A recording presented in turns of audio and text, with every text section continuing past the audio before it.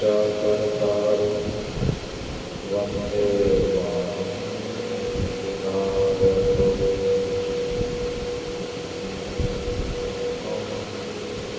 करोति वाचालं मूलयते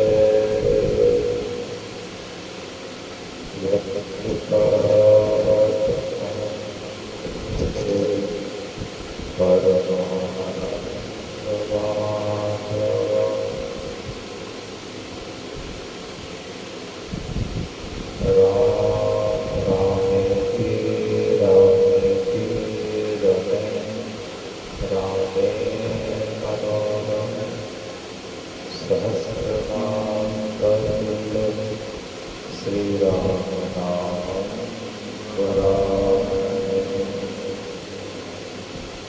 पतंसी विभूषितकरा नवनीत रागा पीतांबरा कलकत्तरोष्टा पूर्णेन्दु सुंदर मुखारविंदनेत्रा कृष्णांबरं किमपि तत्त्वम् अहं न जाने कृष्णांबरं किमपि तत्त्वम् अहं न जाने भगवान् पिता रात्रि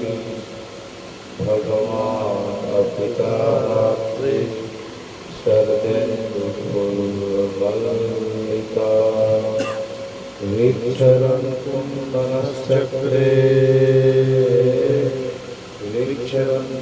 मनश्चक्रे योगमाया उपासिता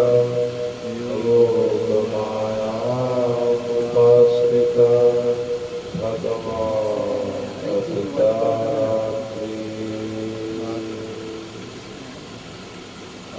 नीलाचल निवासाय नित्याय परमात्मने नीलाचल निवासाय नित्याय परमात्मने बलभद्र सुभद्राभ्यां जगन्नाथाय ते नमः बलभद्र सुभद्राभ्यां जगन्नाथाय ते नमः। हे जगन्नाथ जी,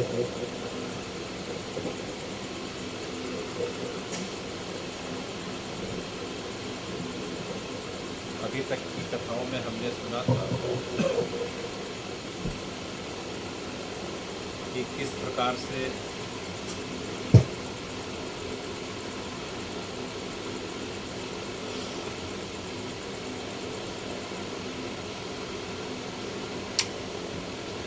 जगन्नाथ जी की जो प्रागट्य की तिथि बताई गई है वह स्नान पूर्णिमा है। जब जेठ माह की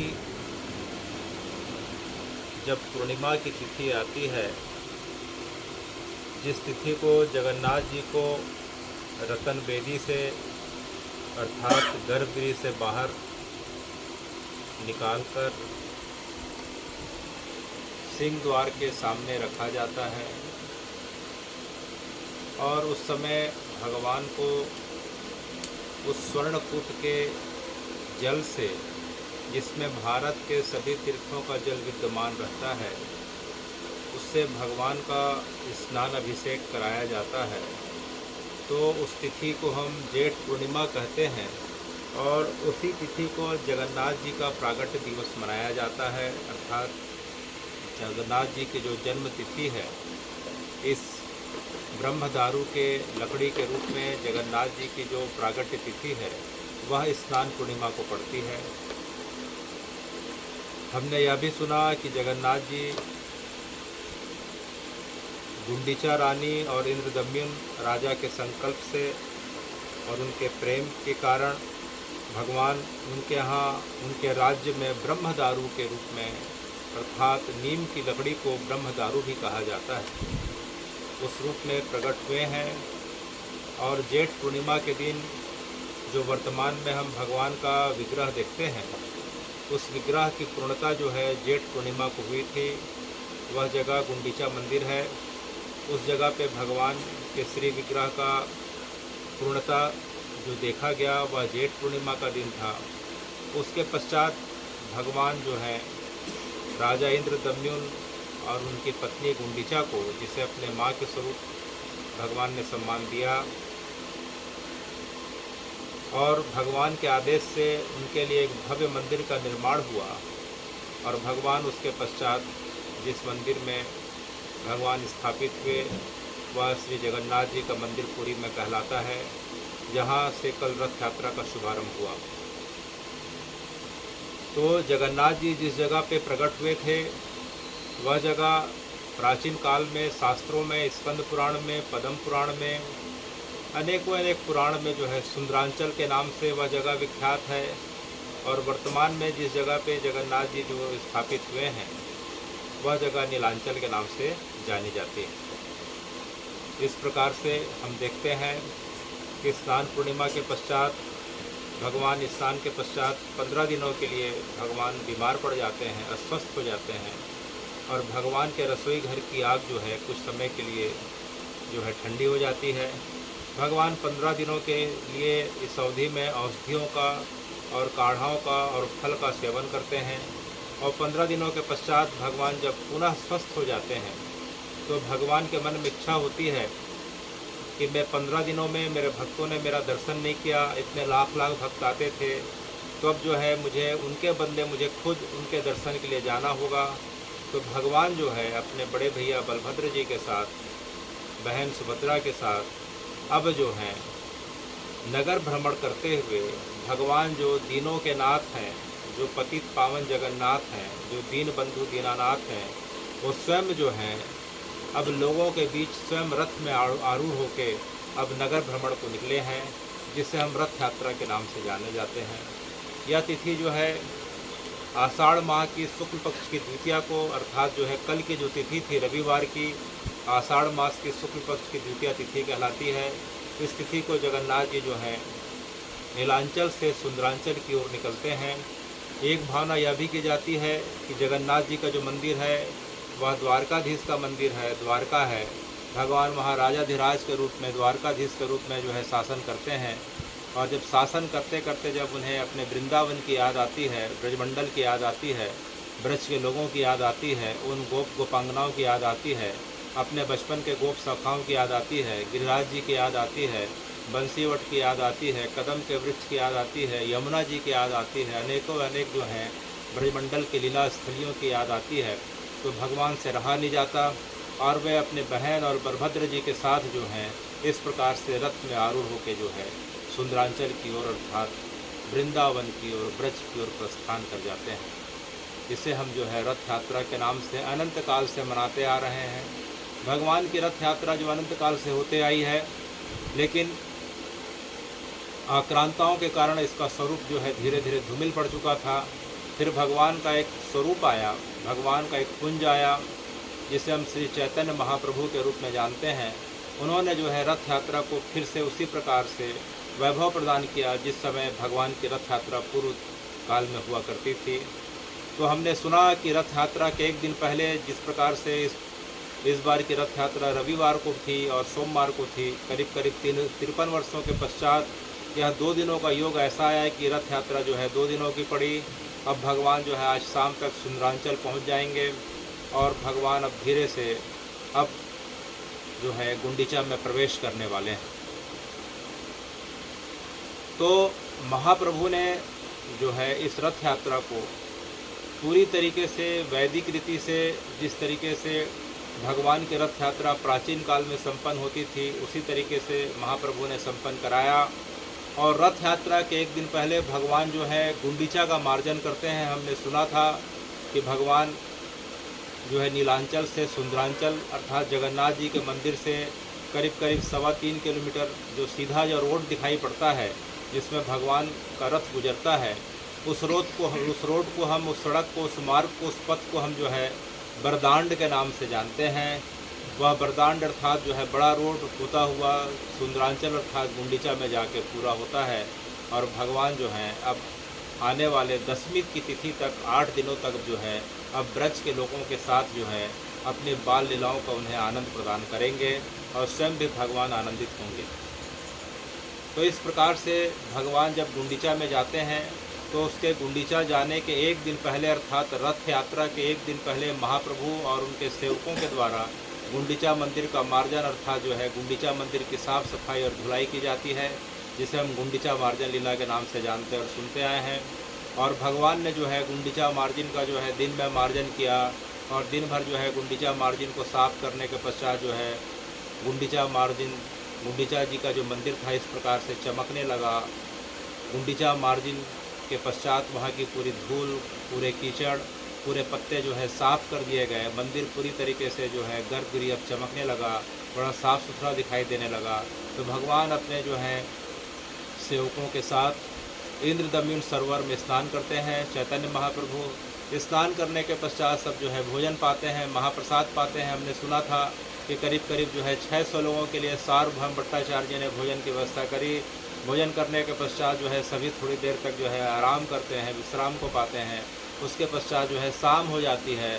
तो शाम होने के समय जो है जगन्नाथपुरी के मंदिर में सब पुनः आ जाते हैं और महाप्रभु देखते हैं कि जो है भगवान का जो है अब जो है जगन्नाथ जी का जो श्री विग्रह है उसे अब वहाँ के जो है पुजारियों के द्वारा जो है उनकी आँखों को अब नया रूप प्रदान किया जा रहा था, जिसे हम जो है जगन्नाथ जी का जो है नव ऐवन कहते हैं। जगन्नाथ जी के जो है नेत्रों को जो है अब नए तरीके से जो है अब धराया जा रहा था, नेत्रों को जो है नए तरीके से जो है निर्मित किया जा रहा था। बाहर के नेत्रों की जो धारी है लाल रंग की दिखाई पड़ रही है, उसके बाद बीच का जो सबसे बड़ा जो हिस्सा दिखाई पड़ रहा है वह सफ़ेद का, और जो अंदर का जो रंग है वह काले रंग का दिखाई पड़ रहा है। तो जगन्नाथ जी के नेत्र जो है आज उन्हें नए नेत्र धराए जा रहे हैं। जगन्नाथ जी आज नए नेत्र धारण कर रहे हैं और वह पुराने नेत्र से कई गुना बड़ा इसलिए दिखाई पड़ रहा है क्योंकि जगन्नाथ जी जो है अपने भक्तों को आज जी भर के देखना चाहते हैं, क्योंकि 15 दिनों से जगन्नाथ जी के भक्त उनका दर्शन नहीं कर पाए। और नहीं जगन्नाथ जी कहते हैं कि जो है भक्त मेरा दर्शन नहीं कर पाया, ऐसा नहीं, मैं अपने भक्तों का दर्शन नहीं कर पाया। तब जो है वहाँ के पंडे, वहाँ के पुजारी जगन्नाथ जी के नेत्रों को इतना सुंदर, इतना आकर्षक जो है, इतना जो है नया नेत्र प्रदान कर रहे हैं कि जगन्नाथ जी जो है रथ यात्रा के दिन लाखों लोग, करीब करीब 25 से 30 लाख की संख्या में मानो अपार समुद्र उमड़ पड़ता है। इतने लोगों को देखने के लिए सामान्य आँख जो है देख नहीं सकती। तो जगन्नाथ जी जो है आज रथ यात्रा के एक दिन पहले नए नेत्रों को धारण कर रहे हैं। जगन्नाथ जी के जो है नव नेत्र जो है धारण किए जा रहे हैं। तो यह देख के जो है महाप्रभु जगन्नाथ जी के मंदिर के अंदर आ चुके हैं और मंदिर के पास जो है जगन्नाथ जी गरुड़ स्तंभ के पास महाप्रभु खड़े हैं। किस जगह पे खड़े हैं? गरुड़ स्तंभ। जगन्नाथ जी के मंदिर में जाए तो बाहर एक स्तंभ दिखाई पड़ रहा है, उसे अरुण स्तंभ कहते हैं। कौन सा स्तंभ है? जो सिंह द्वार के सामने है और जिसे कोणार्क के सूर्य मंदिर से ला के वहाँ स्थापित किया गया, उसे जो है हम अरुण स्तंभ कहते हैं। उसकी ऊंचाई करीब करीब 33 फीट की दिखाई पड़ रही है और मंदिर की ऊंचाई करीब करीब 274 फीट की ऊंचाई दिखाई पड़ रही है। और अंदर में हम जाके देखते हैं तो भगवान का जो गर्भगृह जो कहलाता है उसे हम जो है रतन मंडप कहते हैं। क्या कहते हैं? रतन मंडप। भगवान जो अंदर गर्भगृह में जो रहते हैं तो उसे हम क्या कहते हैं? रतन मंडप। और जिस वेदी में भगवान जो है स्थिर हैं, जगन्नाथ जी के श्री विग्रह स्थिर हैं, जिसमें बलभद्र और सुभद्रा जी और भगवान का जो चक्र सुदर्शन चक्र है जिस शिला पे स्थित है उसे हम जो है रतन शिला या रतन वेदी कहते हैं। क्या कहते हैं? रतन वेदी कहते हैं। वह 1.25 लाख शालिग्राम की शिलाओं से निर्मित है। तो भगवान जिस वेदी पे निवास करते हैं, जिस वेदी पे रहते हैं भगवान गर्भगृह में, वह रतन वेदी है और उसमें 1.25 लाख शालिग्राम की शिलाओं से निर्मित है। जिसमें जगन्नाथ जी का श्री विग्रह रहता है। उसके पश्चात जो बाहर का मंडप जो दिखाई पड़ता है, जो गर्भगृह जिसे रतन वेदी कहते हैं, उसके बाहर का जो श्री मंडप दिखाई पड़ता है उसे हम जगमोहन कहते हैं। क्या कहते हैं? जगमोहन कहते हैं।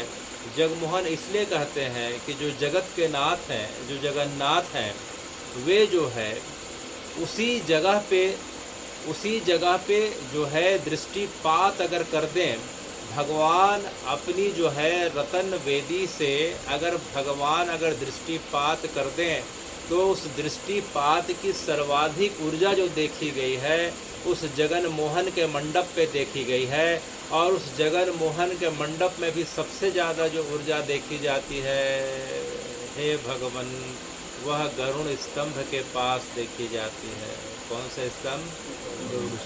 तो गरुण स्तंभ जो है, जगन मोहन जो मंडप है, जिसे जगमोहन भी कहते हैं, उसी जगह पे स्थापित है। और उस जगह पे महाप्रभु आजीवन जब तक जगन्नाथपुरी में थे, जगन्नाथ जी को उसी जगह पे खड़े होकर उन्होंने दर्शन पाया। चैतन्य महाप्रभु जो है जीवन में केवल 2 बार जो है गरुड़ स्तंभ को लांघे हैं। पहले बार जब सर्वप्रथम जब मायापुर से संन्यास लेके 24 वर्ष की अवस्था पे जब जगन्नाथपुरी आए थे, उन्हें ऐसा जब मंदिर के अंदर प्रवेश करे तो उन्हें दिखाई पड़ा कि जो है जगन्नाथ के रूप में कृष्ण उन्हें जो है बाहें फैला के उन्हें बुला रहे हैं। तो उनका इस प्रकार से आवेश बढ़ा कि जो है हा कृष्ण, हा गोविंद, हा माधव करते हुए इस प्रकार से दौड़ते जाते हैं और जो है जगन मोहन को क्रॉस करते हुए अंदर जो है सीढ़ी को लांघते हुए भगवान के जो है गर्भगृह में रतन वेदी में पहुंच जाते हैं। और रतन वेदी के ऊपर पैर रख के जो है भगवान के साथ इस प्रकार से आलिंगन में आरूढ़ हो जाते हैं और अचेतन अवस्था को पा जाते हैं। और बहुत देर तक जगन्नाथ जी को जो है महाप्रभु ने आलिंगन किया।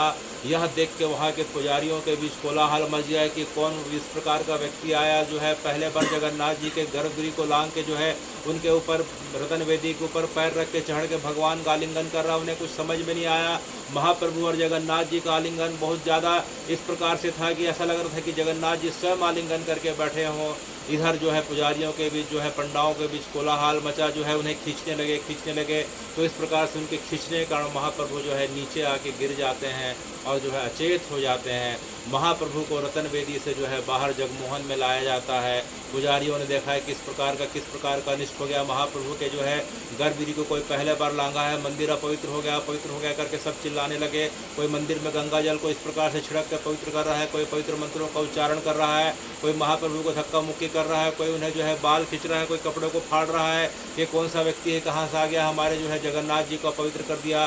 तभी उसी जगह पे जो है सार्वभौम भट्टाचार्य आ जाते हैं। उन्होंने महाप्रभु के तेज को देखा, उन्हें समझ में आ गया कि कोई साधारण व्यक्ति नहीं है वे, क्योंकि जब महाप्रभु दौड़ते हुए अंदर जा रहे थे उसी समय जो है सार्वभौम भट्टाचार्य ने उन्हें देख लिया था और उनकी पूरी लीला की अवस्था को उन्होंने जो है देखा था। तो महाप्रभु को जो है जब पंडाओं के द्वारा प्रताड़ित किया जा रहा था तब सार्वभौम भट्टाचार्य जी ने सबको डांट लगाई और महाप्रभु को जो है उठा के अपने घर ले जाते हैं। और वहाँ जाने के पश्चात जो है महाप्रभु भी होश में नहीं आए। तब महाप्रभु को ढूंढते जो है नित्यानंद आ जाते हैं और मुकुंद आ जाते हैं, गोविंद आ जाते हैं, गोपीनाथ आ जाते हैं। सब पता चलता है मंदिर में आने के बाद कि सार्वभौम भट्टाचार्य उन्हें अपने घर ले गए हैं। तब उनके घर सब पहुंच जाते हैं और देखते हैं कि महाप्रभु अचेतन अवस्था पे हैं, उनकी सांस भी नहीं चल रही है, उनकी धड़कन भी नहीं चल रही है। उन्हें समझ में नहीं आ रहा। लोग सोचे कि उन्होंने कहीं प्राणों को तो त्याग नहीं दिया। तब जो है नित्यानंद ने कहा कि नहीं, महाप्रभु जो है जगन्नाथ जी का आलिंगन पास में अभी भी अपने आप को बंधा हुआ महसूस कर रहे हैं। उनके कान में सब जो है हे कृष्ण, हे गोविंद, हे माधव के नाम का उच्चारण करने लगे। देखते देखते जो है हे भगवान 9 प्रहर बीत गए। कितने प्रहर बीत गए? 9 प्रहर नहीं, करीब 9 घंटे बीत गए। कितने घंटे बीत गए? 9 घंटे। 9 घंटे बीतने के बाद जो है महाप्रभु के कान में जो है, हाथ में, शरीर में धीरे धीरे कंपन होने लगा, हलचल होने लगी, सांसें धीरे धीरे वापस आने लगी।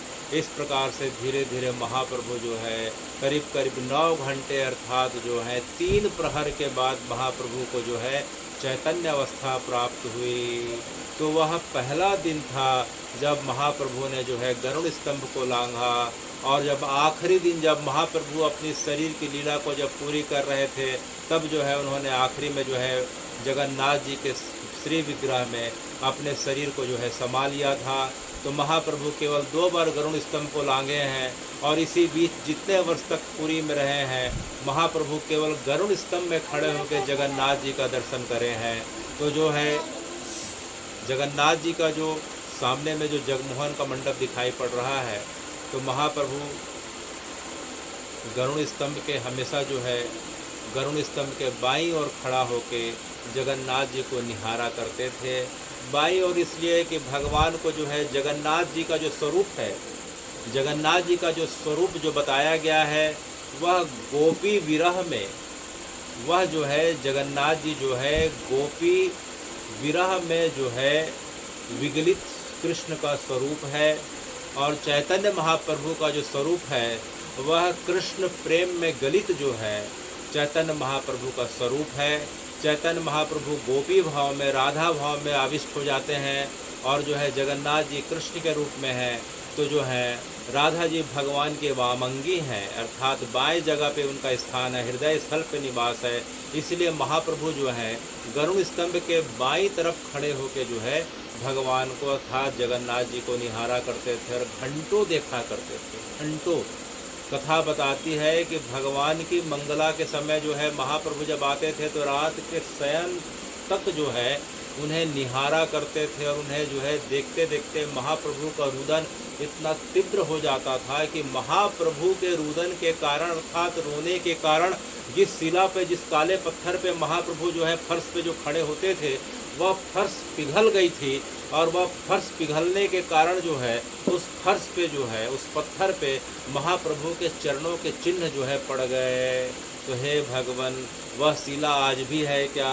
वह शिला आज भी है, अभी भी है। और कहाँ है? वह जगन्नाथ जी के मंदिर में है। वह जगन्नाथ जी के मंदिर में कहाँ है? तो वह जगन्नाथ जी के मंदिर में अगर हम जो है उत्तर द्वार के पास जाएं, कौन से द्वार के पास? उत्तर द्वार, जिसे हम हस्ती द्वार भी कहते हैं। उत्तर द्वार को हस्ती द्वार कहते हैं, दक्षिण द्वार को अश्व द्वार कहते हैं, पूर्व द्वार को सिंह द्वार कहते हैं और पश्चिम द्वार को व्याघ्र द्वार कहते हैं। कितने द्वार हैं? 4। पूर्व द्वार को क्या कहते हैं? सिंह द्वार, या स्वर्ग द्वार, या मोक्ष द्वार, बहुत सारे नाम हैं। स्वर्ग द्वार, मोक्ष द्वार और सिंह द्वार। पश्चिम द्वार को क्या द्वार कहते हैं? व्याघ्र द्वार। उत्तर द्वार को हस्ती। उत्तर द्वार को हस्ती माने हाथी का, वहाँ जो है चिन्ह है, हाथी का प्रतीक है। और दक्षिण द्वार को क्या कहते हैं? अश्व द्वार। तो उत्तर द्वार में जाएं तो उत्तर द्वार के बगल में एक छोटा सा मंदिर बना हुआ है और उसी जगह पे भगवान की जो है महाप्रभु की शिला रखी हुई है। जिस शिला पे खड़े होके, जिस पत्थर पे खड़े होके जो है जगन्नाथ जी को घंटों निहारा करते थे और उनके प्रेम के, विरह के ताप के कारण जो है वह शिला पिघल गई और उस शिला पे महाप्रभु के चरणों के चिन्ह आज भी जो है उस जगह पे देखे जा सकते हैं। तो किसी ने अगर जो है चैतन्य महाप्रभु को नहीं देखा, कोई बात नहीं, मंदिर के उत्तर द्वार के बगल में जो है एक छोटा सा जो है भगवान का विग्रह, एक मंदिर दिखाई पड़ रहा है। उस मंदिर को जो है हम जो है गौरांग पद्म पाद शिला कहते हैं। क्या नाम है? गौरांग पद्म पाद शिला। पद्म माने कमल, भगवान के जो चरण हो उनके आगे जो है चरण कमल जो है हमेशा जो है किया जाता है। तो गौरांग पद्म पाद शिला, ठीक है। या कठिन लगता है तो इससे हम जो है गौरांग जो है शिला के नाम से भी जान सकते हैं। तो यह जगह जो है जगन्नाथ मंदिर के अंदर में हस्ती द्वार, उत्तर द्वार के बगल में भगवान के मंदिर में उनकी जो है चरण चिन्ह जो है आज भी देखे जा सकते हैं। तो महाप्रभु की ऊंचाई कितनी थी, उनकी लंबाई कितनी थी, उनके चरणों को देख कर अनुमान लगाया जा सकता है। भगवान जो है तुरंत जो है अब बाईं तरफ झुकने लग गए। तो जो है भगवान की कमर में रेशम की जो है रस्सियाँ बांधी जाती है और कभी इधर से खींचते हुए, कभी इधर से खींचते हुए भगवान की पहांडी हो रही है।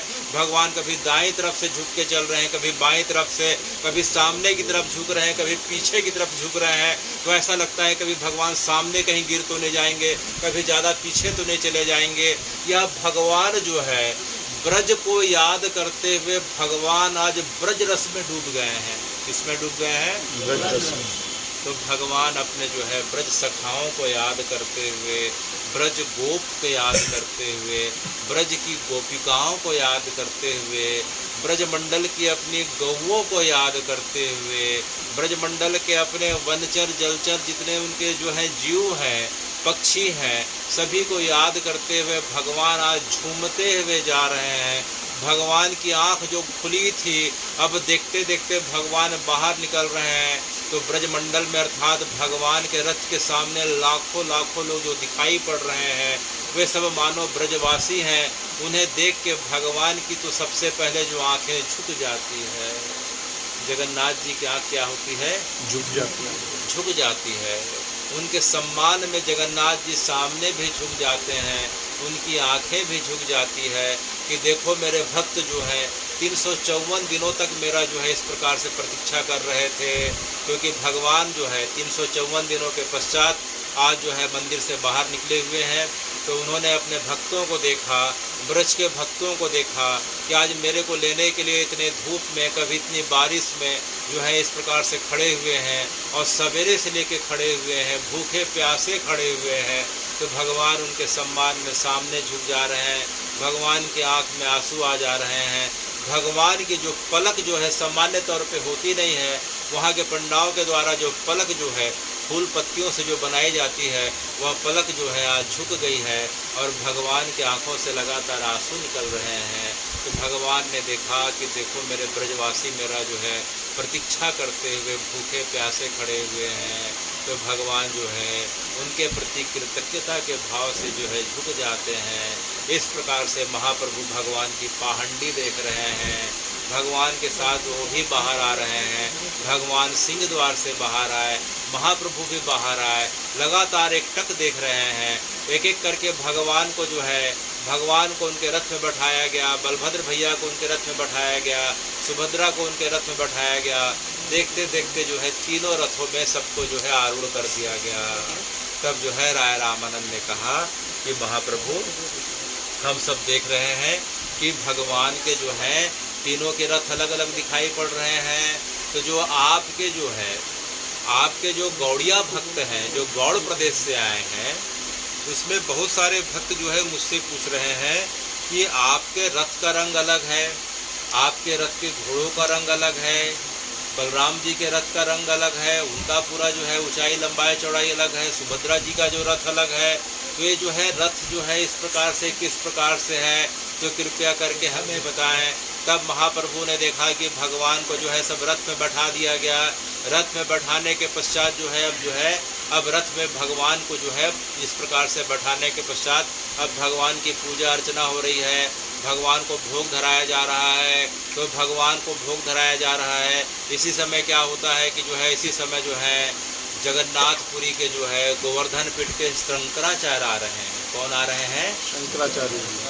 देखो मुकुंद, देखो कौन आ रहे हैं सामने। देखो तो देखते हैं कि जो है चवर जो है डुलाते हुए और बहुत सारे भक्तों के साथ एक दंडी लेके जो है आ रहे हैं। बोले भगवान ये जो है ये गोवर्धन पीठ के शंकराचार्य हैं। आज से जो है करीब 28 वर्ष पूर्व जो है सनातनियों का जो है पूरा धर्म जब विलुप्ति के कगार पे पहुंच गया था, तो भगवान का एक अवतार, शंकर जी का एक अवतार शंकराचार्य जी के रूप में प्रकट हुआ और पूरे सनातन को उन्होंने पूरे भारत में वापस लाया और 4 जगहों पे जो है उन्होंने पीठ की स्थापना करी। और पश्चिम में उन्होंने गोवर्धन पीठ की स्थापना करी जो द्वारकापुरी में है, और जो है पूर्व में जो है उन्होंने द्वारकापुरी में जो है गोवर्धन पीठ की स्थापना करी, और पश्चिम में जो है उन्होंने जो है द्वारकापुरी में जो है उन्होंने द्वारका पीठ की स्थापना करी। उत्तर में उन्होंने जो है बद्रीनाथ के पास जो है जोशी मठ की स्थापना करी, और दक्षिण में उन्होंने जो है रामेश्वरम मंदिर के पास में उन्होंने जो है चौथे पीठ की स्थापना करी। तो जो पूरब में जो पीठ स्थापित है, तो वहीं के जो शंकराचार्य जो गोवर्धन पीठ के शंकराचार्य हैं, तब से लेके आज तक जो है परंपरा के हिसाब से जो दंडी स्वामी जो शंकराचार्य हैं, उन्हें अपने दंड लेके जो है जगन्नाथ जी के गर्भगृह में जाने की अनुमति है। उनके अलावा किसी भी परंपरा के, किसी भी अखाड़े के, किसी भी यति तपस्वी योगी महात्मा किसी को भी जो है दंड लेके अंदर जाने का अधिकार नहीं है। यह अधिकार जो है सिर्फ और सिर्फ जो है पूरी के गोवर्धन पीठ के शंकराचार्य जी को है। तो शंकराचार्य जी ने जो है भगवान की पूजा करी। उसके पश्चात देखते हैं कि जो है एक रथ आ रहा है, एक पालकी आ रही है। पालकी में ऐसा कोई गौर वर्ण का व्यक्ति है, बड़ा तेजस्वी व्यक्ति है और जो है इस प्रकार से मुकुट धारण करे हुए है, महाप्रभु ये कौन है? तो जो है महाप्रभु इसके पहले बोलते, तो उसके पहले जो है वहाँ जो है गोपीनाथ जो सार्वभौम भट्टाचार्य के दामाद लगते हैं, उन्होंने कहा कि जो है ये यहाँ के राजा हैं। अच्छा, यहाँ के राजा हैं। तो पुरी के राजा जो आ रहे हैं और पुरी के राजा जो है सबसे पहले क्या करते हैं कि जगन्नाथ जी के रथ के सामने में जो है एक झाड़ू की जो है सोने के झाड़ू से वहाँ रथ की जो है सामने की सफाई करते हैं। इसे परंपरा में छेरा पहरा कहते हैं। क्या कहते हैं? छेरा पहरा। छेरा माने होता है चंदन और पहरा माने होता है झाड़ू लगाना। तो पुरी का जो राजा रहता है, महाप्रभु के समय जो पुरी के राजा थे वह राजा प्रताप रुद्र थे। कौन थे? राजा प्रताप रुद्र थे। तो प्रताप रुद्र जो है पालकी से उतर रहे हैं। राजा प्रताप रुद्र पालकी से उतरते हैं जो है जगन्नाथ जी के और उनके पूरे भाई और उनकी बहन के विग्रह को दंडवत कर रहे हैं। दंडवत करने के पश्चात जो है उनके साथ जो है 501 कलश में सेवक खड़े हुए हैं। 501 कलश में जो है पवित्र जल है और 501 कलश से जो है रोड को जो है सामने जगन्नाथ जी के सामने जो है जल को इस प्रकार से छिड़काव किया जा रहा है और पहले जो है झाड़ू से साफ कर रहे हैं, फिर अपने हाथ से पवित्र जलों का छिड़काव कर रहे हैं, फिर जगन्नाथ जी की जो है इस प्रकार से जाके पूजा अर्चना कर रहे हैं। अब इसके पश्चात जो है शंकराचार्य जी के माध्यम से और जो वहाँ का जो राजा है प्रताप रुद्र के माध्यम से जब जो है रथ की आरूढ़ भगवान की जब पूजा हो जाती है तब जो है अब रथ चलने का जो है अब घोषणा होने वाली है। तो वहाँ का जो राजा जो है वह हमारे लिए राजा है, लेकिन जो है पुरी के वास्तविक राजा कौन है? जगन्नाथ जी। कौन है? जगन्नाथ जी। जगन्नाथ जी पुरी ही नहीं अपितु भारत ही नहीं अपितु पृथ्वी ही नहीं, कहा जाए तो पूरे ब्रह्मांड के एकमात्र जो राजा है कौन है? श्री जगन्नाथ जी हैं। जगत के नाथ, नाम ही है उनका जगन्नाथ। तो जगत के नाथ के रूप में आप वर्तमान में जो है कहाँ है? पुरी में। तो जो पुरी का जो राजा है वह अपने आप को आपका सेवक मानता है, इसलिए वहाँ के राजा को गजपति कहा जाता है। क्या कहा जाता है? गजपति। तो वहाँ के जो राजा हैं गजपति प्रताप रुद्र के द्वारा भगवान की इस प्रकार से सेवा की गई, छेरा पहरा की जो है रस्म पूरी की गई। इसके पश्चात जो है भगवान अब अपने रथ में बैठ गए हैं और देखते देखते अब सब रथ तैयार हो गया। तो जो है अब राय रामानंद से जो है भगवान के गांव से आए हुए मायापुर नवद्वीप से आए हुए भक्तों ने पूछा कि भगवान जो है हमें अलग अलग रथ दिखाई पड़ रहा है, ये अलग अलग रथ की महिमा क्या है, अलग अलग रथ का नाम क्या है। तब महाप्रभु तो उस समय राधा भाव में आवेशित थे, तो महाप्रभु ने नित्यानंद की तरफ जो है इशारा किया। नित्यानंद ने कहा इधर आओ, तो सब जो है एक एक करके नित्यानंद सबको जो है अब जो है एक एक रथों के पास ले जा रहे हैं, क्योंकि रथ में जो है अब रथ यात्रा चालू होने वाली है, प्रारंभ होने वाली है, थोड़ी देर में प्रारंभ हो जाएगी। तो जब तक नित्यानंद महाप्रभु ने सोचा कि जब तक जो है एक एक रथ के बारे में इन भक्तों को पता नहीं चलेगा तब तक जो है उनका भाव नहीं बनेगा। तो जो है महाप्रभु जो है नित्यानंद महाप्रभु जो है औड़िया भक्तों को अर्थात उड़ीसा के भक्त जो हैं और जो है गौड़ प्रदेश के जो भक्त हैं अर्थात उड़िया और गौड़िया भक्तों को एक साथ बुलाते हैं और एक साथ बुलाकर एक एक रथ के पास ले चल रहे हैं। तो पहला रथ जो आ रहा है वह जो है जगन्नाथ जी का रथ है। कौन सा रथ है? जगन्नाथ जी का रथ है। बोले सब, बोले जोर से बोलो जगन्नाथ भगवान की जय। अच्छा चलो सब साक्षात दंडवत करो भगवान को। तो जितने उड़िया और गौड़िया भक्त थे सब जो है सब दंडवत करते हैं। दंडवत करने के पश्चात सब जो है उस जगह पे बैठ जाते हैं। बोले बैठो बैठो, अभी रथ यात्रा चालू होने में समय है और बैठो, कोई जो है ज़्यादा इधर उधर देखना नहीं, अब केवल जो है ध्यान से सुनते जाओ। तो देखो वह जो रथ दिखाई दे रहा है ये जगन्नाथ जी का रथ है। अच्छा महाप्रभु जगन्नाथ जी का रथ है, इसका नाम नंदी घोष है। क्या नाम है? नंदी घोष। भगवान के रथ का नाम क्या है? नंदी घोष। नंदी घोष नाम का रथ दिखाई पड़ रहा है। अच्छा इसकी ऊंचाई करीब करीब 45 फीट की है। अच्छा इसकी चौड़ाई करीब करीब जो है 34 फीट की है। कितना फीट जो है ऊंचा है? 45 फीट ऊंचा। और कितना लंबा ऐसे करके देखा जाए तो 34 फीट लंबा है। अच्छा तो महाप्रभु इस रथ में 4 घोड़े दिखाई पड़ रहे हैं। कितने घोड़े दिखाई पड़ रहे हैं? 4 घोड़े दिखाई पड़ रहे हैं। तो किसी ने कहा कि जो है भगवान के रथ के जो घोड़े दिखाई पड़ रहे हैं वे सफ़ेद रंग के दिखाई पड़ रहे हैं। अच्छा, बलराम जी का जो रथ दिखाई पड़ रहा है उसके घोड़े तो काले रंग के हैं। अच्छा, सुभद्रा जी के जो घोड़े हैं वो तो लाल रंग के दिखाई पड़ रहे हैं। बोले रुको रुको, एक साथ सुनोगे तो गड़बड़ हो जाएगा। तो भैया जो बलराम जी का जो रथ के पहले जो भगवान का रथ है उसमें कितने घोड़े हैं? चार घोड़े हैं। और कौन से रंग के हैं? सफ़ेद श्वेत रंग के हैं। तो चार घोड़ों का नाम क्या क्या है बताओ भाई? सैब्य, क्या नाम है पहला? दूसरा सुग्रीव, तीसरा मेघपुष्प, और चौथा बलाहक। चौथा क्या हुआ? सैब्य, सुग्रीव, मेघपुष्प और बलाहक। फिर से बोले? सैब्य, सुग्रीव, मेघपुष्प, बलाहक और बलाहक। अच्छा, तो भगवान के जो रथ है एकदम सफ़ेद जो है घोड़े जुते हुए हैं, चारों के नाम हैं। अच्छा, तो रथ के ऊपर जो बैठा हुआ दिखाई पड़ रहा है सारथी, उसका नाम क्या है? तो नित्यानंद महाप्रभु ने कहा कि भगवान का जो सारथी है उसका नाम है दारुक। क्या नाम है? दारुक जो है चारों घोड़ों को जो है इस प्रकार से लगाम को पकड़े हुए है और चारों घोड़ों को भगवान के जो है वही हाँकते आया है। भगवान की द्वापर लीला में भी वह रथ को भी हाँकता था, अभी भी जो है जगन्नाथ जी के रथ को वही हाँकेगा। उसका नाम क्या है? दारुक नाम है। अच्छा अच्छा अच्छा, तो भगवान के जो रथ है उसमें जो है 16 पहिए होते हैं। कितने चक्के लगे हैं? 16 चक्के लगे हुए हैं। अच्छा, 16 चक्के लगे हुए हैं। तो भगवान के जो रथ की जो लकड़ियां हैं उसमें जो है 832 लकड़ियों से भगवान का रथ का निर्माण होता है। कितनी लकड़ियां हैं? 832 लकड़ियां हैं। और जो है 16 चक्के वाला रथ है भगवान का। दारुक नाम का जो है भगवान का सारथी है और 4 सफ़ेद रंग के घोड़े दिखाई पड़ रहे हैं।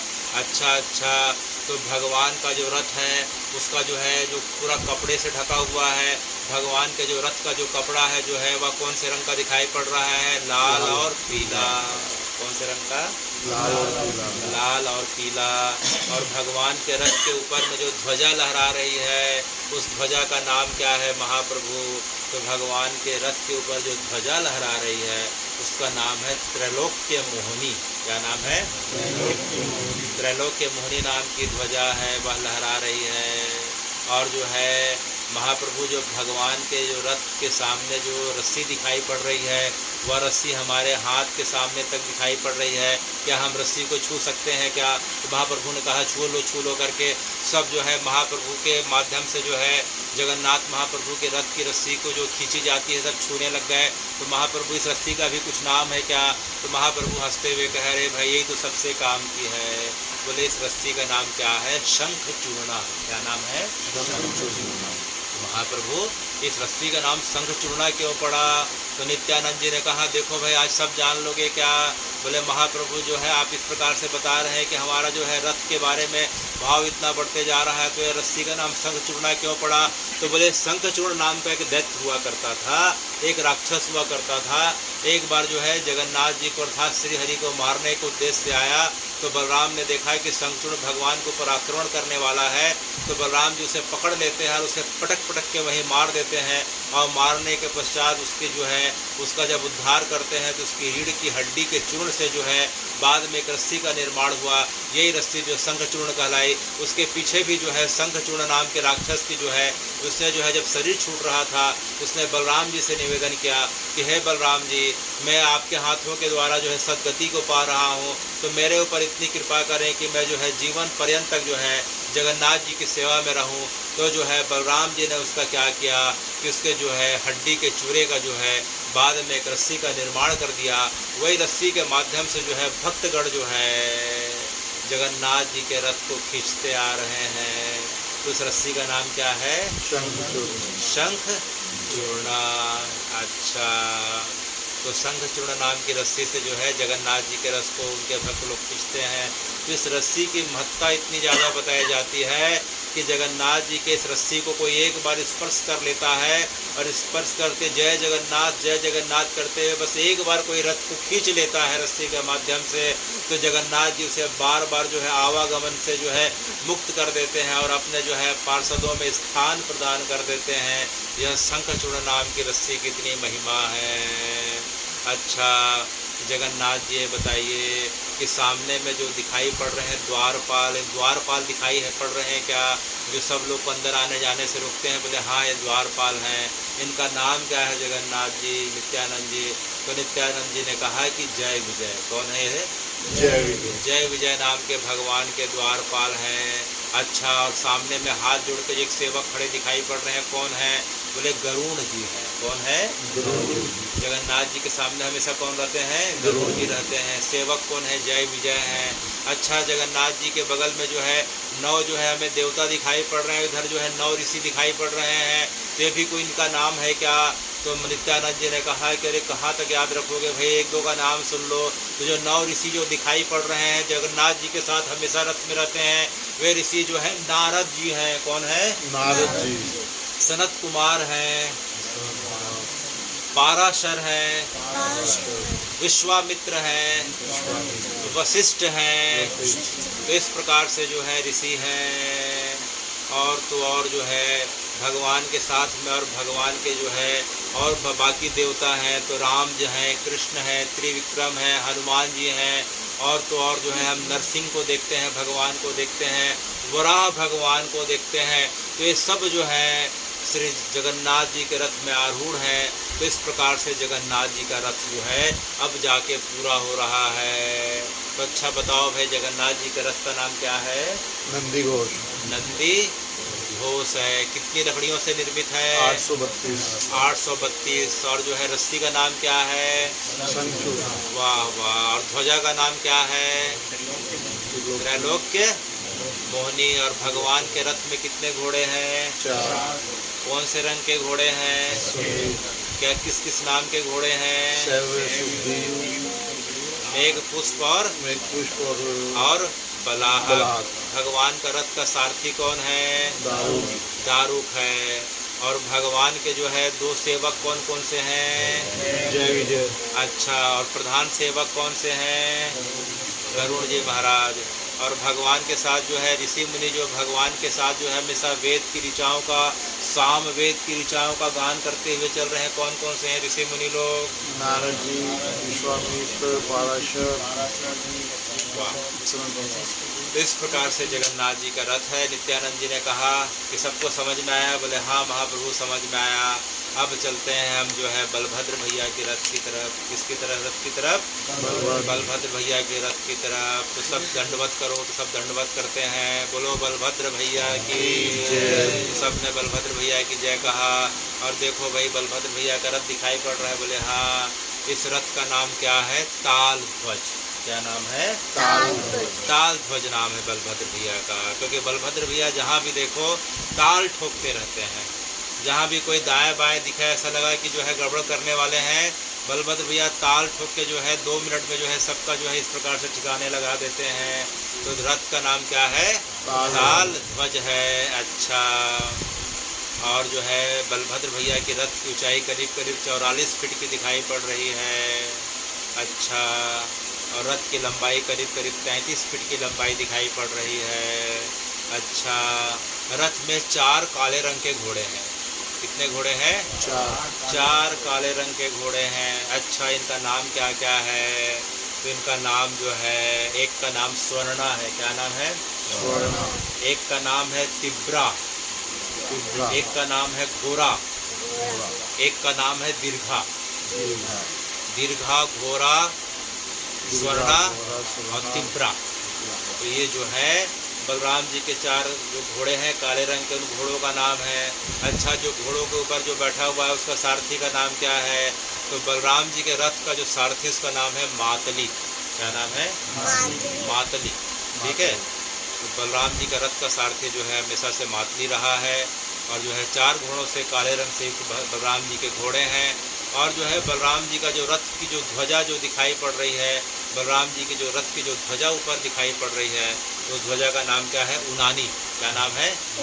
उनकी ध्वजा का नाम उनानी। और बलराम जी की जो ध्वजा जो है कि बगल में बलराम जी का जो रथ जो है वो कपड़े से जो बना हुआ है वह लाल और कौन से रंग से बना हुआ है? हरे रंग से। लाल और हरा रंग सा। हरा रंग क्यों है बलराम जी का? क्योंकि जो है बलराम जी का जो रंग जो है हरा रंग बलराम जी हमेशा हल धारण करते हैं। क्या धारण करते हैं? हल। हल माने खेती किसानी के प्रतीक हैं। भगवान जो है, हमारा भारत देश शुरू से कृषि प्रधान देश है, और कृषि किससे होती है? हल से होती है, ठीक है। और कृषि के माध्यम से जो है हमारे वर्ष भर जो है हमारे यहाँ हरियाली छाई रहती है। कृषि है हमारी हरियाली और हमारी सुख संपन्नता का प्रतीक है। इसीलिए जो है बलराम जी के जो है रथ है, रथ में जो कपड़े रहते हैं वह जो है किस रंग के रहते हैं? हरे रंग के रहते हैं। जैसे भगवान का रथ जो है पीले रंग का है, जो कपड़े हैं कौन से रंग के? पीला। पीला रंग किसका प्रतीक है? पीला रंग उत्साह का प्रतीक है, ऊर्जा का प्रतीक है, उमंग का प्रतीक है, वीरता का प्रतीक है। और पीला रंग जो है सृजन का प्रतीक है, सृजन का प्रतीक, उत्साह का प्रतीक, उमंग का प्रतीक। उसी प्रकार से जो हरा रंग जो है हरियाली का प्रतीक है। किसका प्रतीक है? हरियाली का प्रतीक है, संपन्नता का प्रतीक है, सुख का प्रतीक है। इसलिए बलराम जी की जो रथ की जो है, रथ के जो कपड़े हैं हरे रंग के हैं। तो बलराम जी का जो रथ का सारथी मातली है, 4 घोड़े हमने नाम सुना। इसके पश्चात जो है रथ के जो कपड़े हैं हमने उनका सुना। और भगवान का जो रथ है बलराम जी का, उसका जो है ध्वजा है, उसका नाम क्या है? ऊनानी। क्या नाम है? ऊनानी।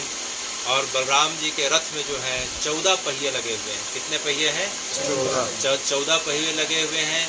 और भगवान का जो रथ है बलराम जी का जो है करीब करीब जो है वह 700 जो है 63 जो है लकड़ियों से निर्मित है। तो इस प्रकार से जो है बलराम जी का रथ हुआ।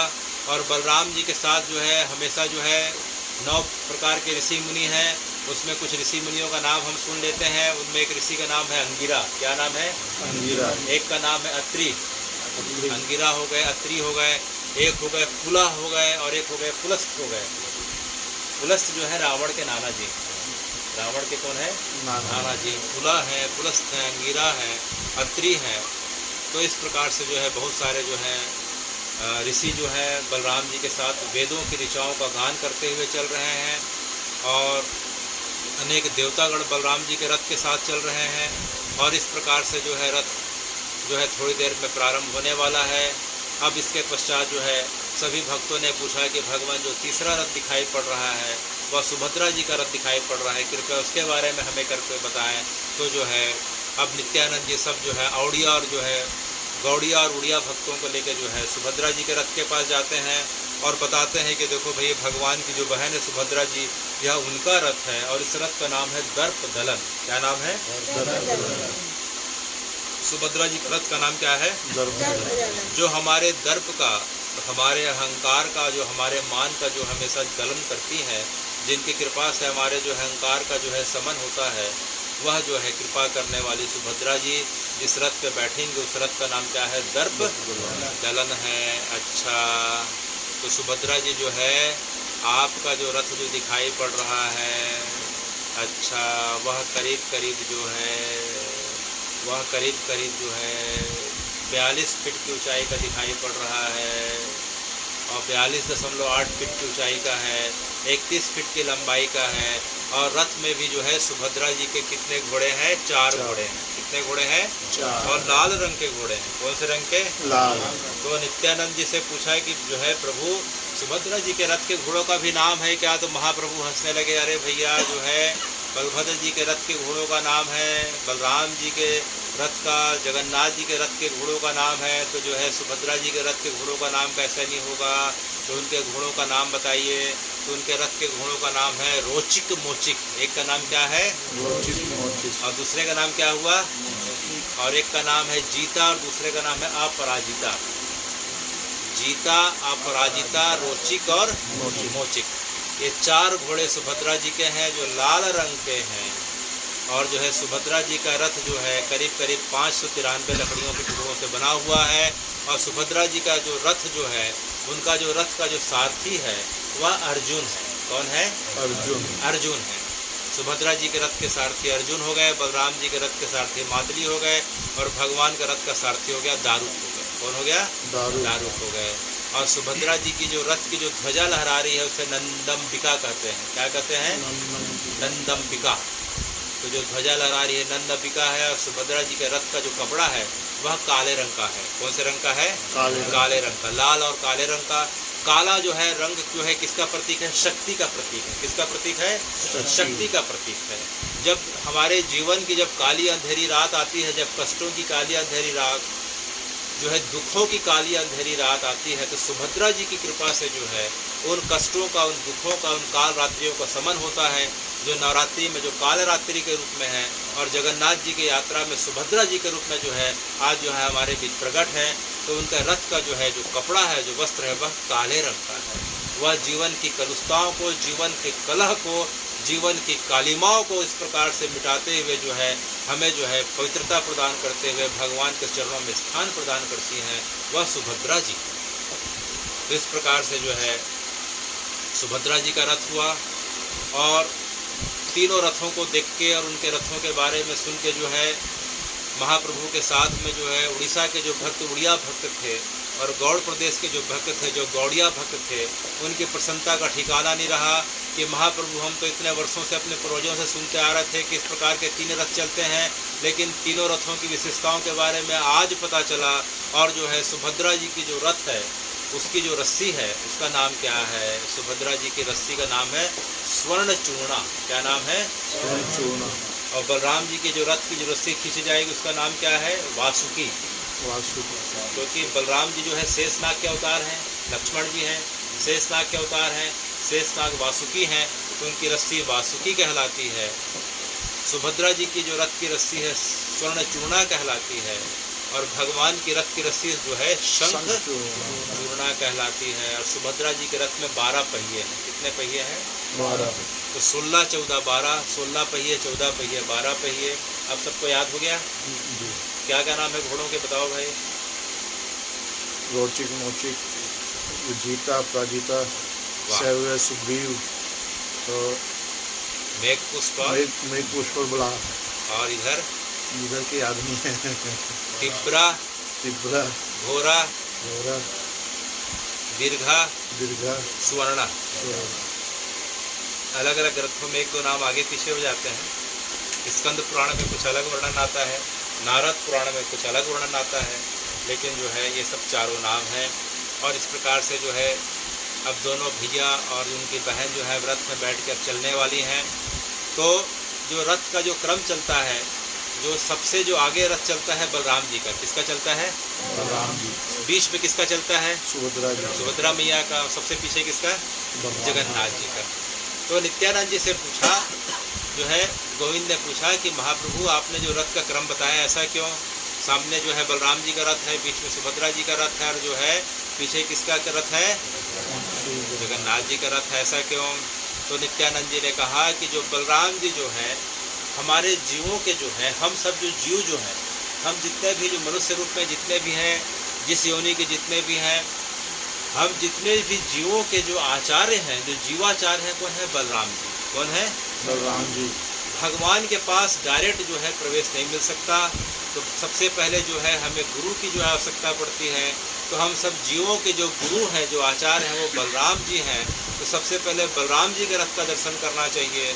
और बलराम जी की कृपा से जो है हमें क्या होता है कि बलराम जी की कृपा से जो है भगवान के पास दर्शन करने का अवसर मिल गया। लेकिन जब हम दर्शन करने के लिए जब अंदर की ओर जाते हैं, तो हमें संसार की माया घेर लेती है। क्या घेर लेती है? संसार की माया घेर लेती है।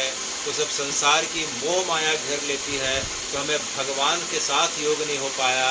इस मोह माया को दूर करने वाली जो है वह कौन है? सुभद्रा जी हैं। कौन है? सुभद्रा। तो पहले बलराम जी के रथ का दर्शन, उसके बाद सुभद्रा जी का दर्शन। सुभद्रा जी हमारी जो है संसार के मोह माया से हमें हटाते हुए भगवान के साथ योग करा देती हैं, जिससे सुभद्रा जी का नाम योग माया है। क्या है वो? योग माया। अर्थात ऐसी माया, माया का एक अर्थ होता है शक्ति। ऐसी शक्ति जो भगवान के साथ जीव का जो है, ब्रह्म के साथ जो है, भगवान का भक्तों के साथ जो योग करा दे, मिलन करा दे, उसे हम योग माया कहते हैं। इसलिए पहले बलराम जी के रथ का दर्शन, फिर सुभद्रा जी के रथ का दर्शन, और आखिरी में देखो कालिया का दर्शन। किसका दर्शन? कालिया का दर्शन। वहाँ पुरी में जो है भगवान को, जगन्नाथ को जो है प्रेम से लोग कालिया कहते हैं। क्या कहते हैं? और जगन्नाथ जी को क्या कहते हैं? बलिया कहते हैं। बलराम को क्या कहते हैं? बलिया। तो पहले जो है पहांडी किसकी होती है? बलिया की। किसकी होती है? बलिया। बलिया पहले बाहर आता है, फिर सुभद्रा जी आती हैं, फिर कालिया बाहर आता है। तो कालिया जैसे आता है पूरा जो है पूरा वातावरण देखो चिल्ला के जो है पूरा वातावरण में केवल एक ही आवाज़ आती है, देखो कालिया आया, कालिया आया, कालिया आया। ऐसा प्रकार से जो है पूरा का पूरा जो है जगन्नाथपुरी का जो है पूरा का पूरा जो है पूरी आकाश जो है कालिया के आवाज़ से जो है गुंजायमान होने लगती है। तो बलिया आता है, फिर आखिरी में कौन आता है? कालिया आता है। तो हे भगवान, आपने कालिया नाग का उद्धार किया, इसलिए आप कालिया हैं। पहला हमारे जीवन से जो है आप जो है कलह को, कलेश को और जो है मिटाने वाले हैं, इसलिए आप जो है कालिया हैं। और आपकी कृपा से जो है मोह रूपी रात्रि, जो काल रात्रि जो है हटाने में सक्षम होती हैं आपकी बहन। तो जो आप अपने जो है बहन को इस प्रकार से जो है शक्ति संपन्न कर देते हैं। और इसी जो है और काला रंग ऐसा है कि उसमें जो है कोई दूसरा रंग नहीं चढ़ता। भगवान बताते हैं नित्यानंद कि देखो भाई, काले रंग में कोई दूसरा रंग नहीं चढ़ जाता। तो जिसके अंदर एक बार कृष्ण प्रेम आ गया, जिसके अंदर जगन्नाथ जी का प्रेम आ गया, जिसके अंदर जगन्नाथ जी का भाव आ गया, अब उसके पास जो है कोई दूसरे मत आ गए, दूसरे पंथ आ गए, दूसरी परंपरा, दूसरे कोई ऐसा वैसा, उसके ऊपर अब किसी का रंग नहीं चढ़ने वाला। वो तो अब जगन्नाथ का हो गया, अब वो तो कालिया का हो गया। किसका हो गया? कालिया का हो गया। इसलिए शास्त्र ऐसा कहते हैं कि अगर कोई रथ यात्रा के समय, पहांडी के समय अगर कालिया को देख ले, और यहाँ तक तो ठीक है, अगर कालिया अगर भूल से उसको देख ले तो हमेशा हमेशा के लिए जीव किसका हो जाता है? कालिया का हो जाता है।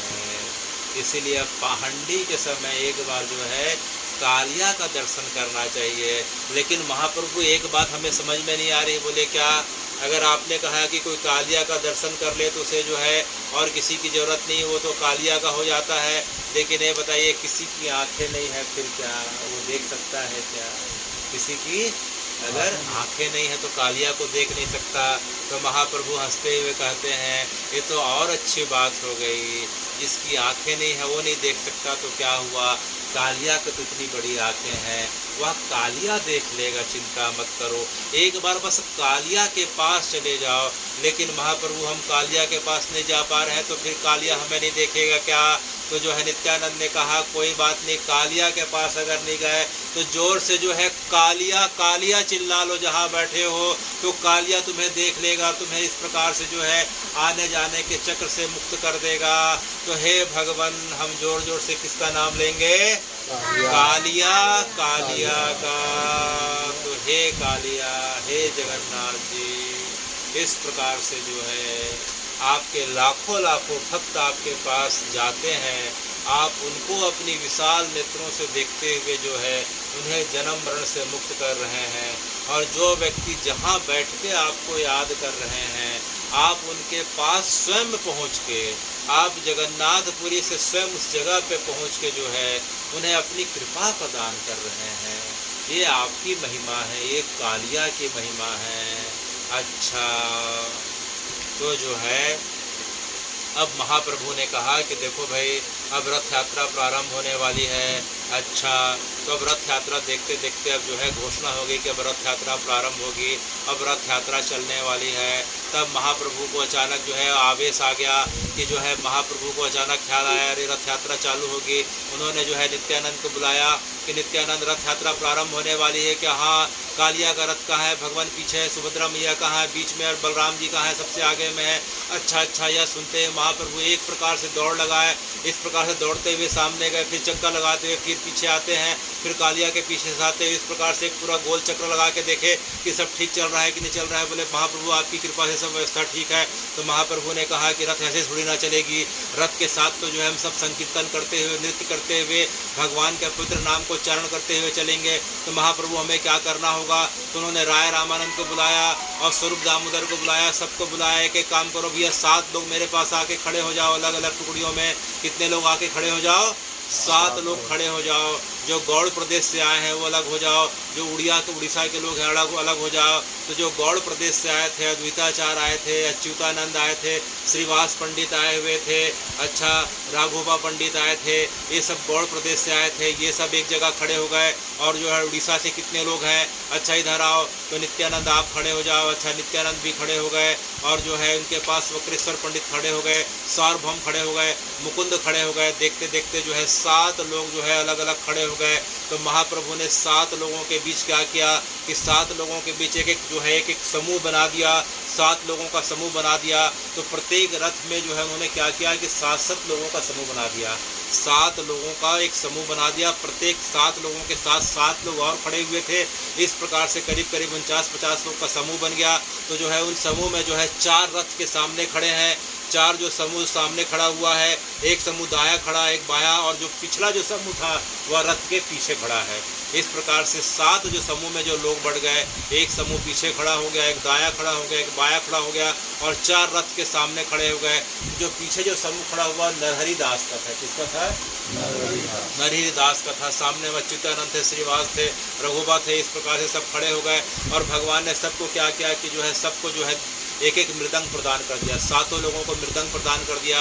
और सबके जो है हाथ में जो है करताल प्रदान कर दिया और पखावज प्रदान कर दिया। तो कोई करताल बजा रहा है, कोई मृदंग बजा रहा है, कोई इस प्रकार से जो है पखावज बजा रहा है। तो 7 के समूह में लोग बढ़ गए। और 7 के समूह में बढ़ने के पश्चात जो है तीनों रथों के सामने जो है इस प्रकार से 7 समूह में लोग बढ़ गए और चारों तरफ से घेरा बना लिया गया। और इसके पश्चात जोर से जो है एक बार जो है जोर से महाप्रभु ने जोर से कहा कि हरि बोल। क्या बोला? हरि बोल। 3 बार महाप्रभु ने कहा, बोलो भाई हरि बोल, हरि बोल और हरि बोल। तो जोर से जैसे महाप्रभु ने जैसे ही हरि बोल कहा, और हरि बोल कहते हुए महाप्रभु लोग देखते हैं कि हवा में करीब करीब 8 से 10 फीट जो है हवा में उछल जाते हैं। और ऐसा लगा कि महाप्रभु उछल के कहाँ चले गए, दिखाई नहीं पड़ रहे।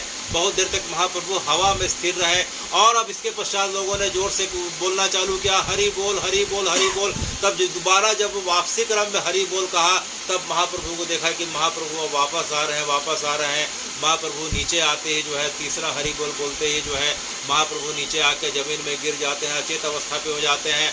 सब महाप्रभु के कान में हरे कृष्ण, हे गोविंद, हे माधव, हे मुरारी इस प्रकार से बोलने लग गए। और चारों तरफ महाप्रभु के चारों तरफ इस प्रकार से जो है नृत्य करने लगे, ढोलक पखावज मृदंग की इस प्रकार से जो है ध्वनि आने लग गई। चारों तरफ महाप्रभु के सब इस प्रकार से घिर के स्तुति करने लगे। अचानक महाप्रभु की स्तुति सुनकर जो है होश आया और महाप्रभु पुनः जो है हवा में उछल के इस प्रकार से जो है लोग अब देखते हैं कि महाप्रभु इस रथ से, इस रथ के बाद उस रथ से, उस रथ से उस रथ।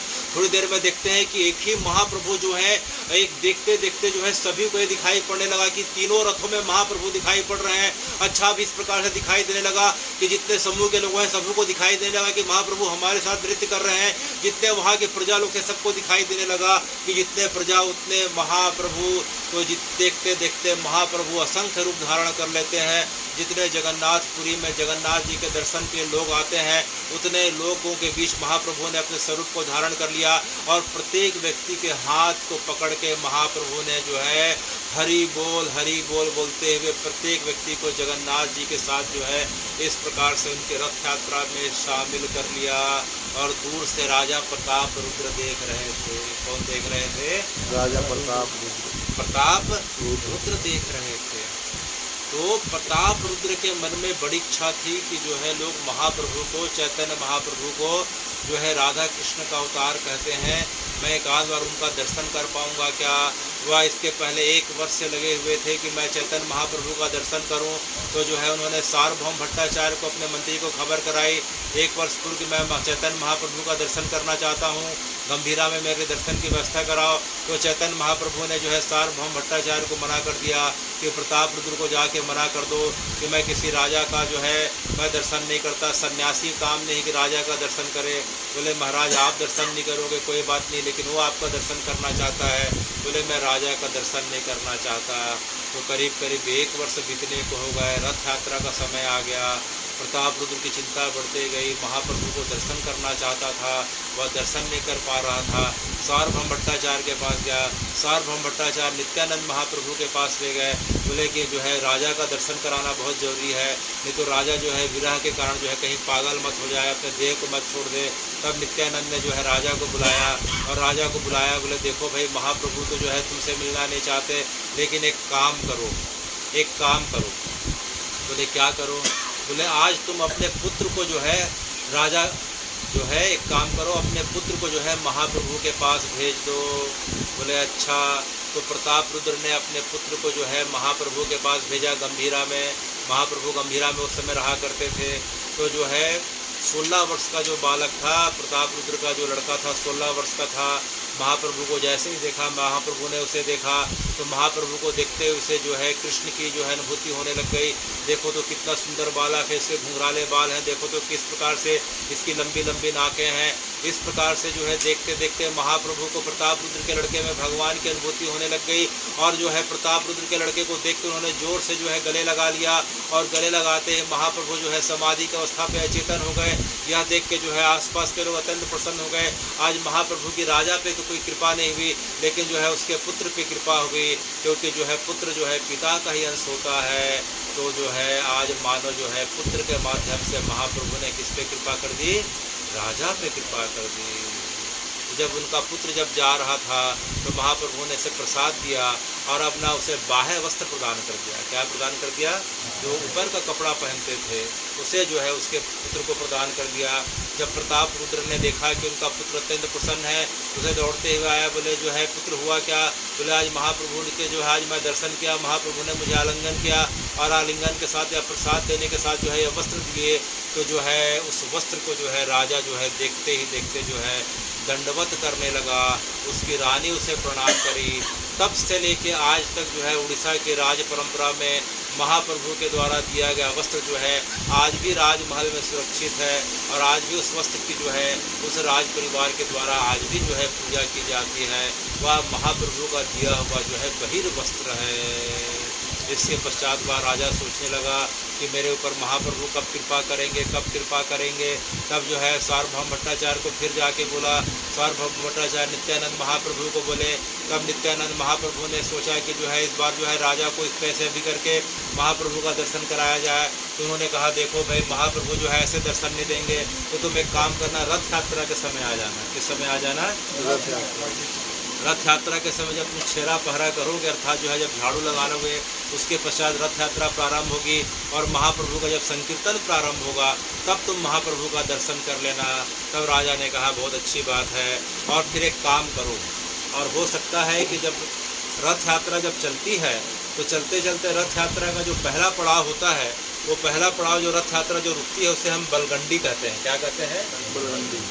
बलराम दास जी के स्मृति में रथ को रोका जाता है, उसे हम बलगंडी कहते हैं। जिस जगह पे हमने सुना था पिछले 2 साल पहले कथा में, तो जिस जगह पे रथ रुकती है बलराम जी को भोग, जगन्नाथ जी को भोग धराया जाएगा, तो उसी समय जो है चैतन्य महाप्रभु विश्राम के लिए बगल में उद्यान है, उसे जो है जगन्नाथ वल्लभ उद्यान कहते हैं।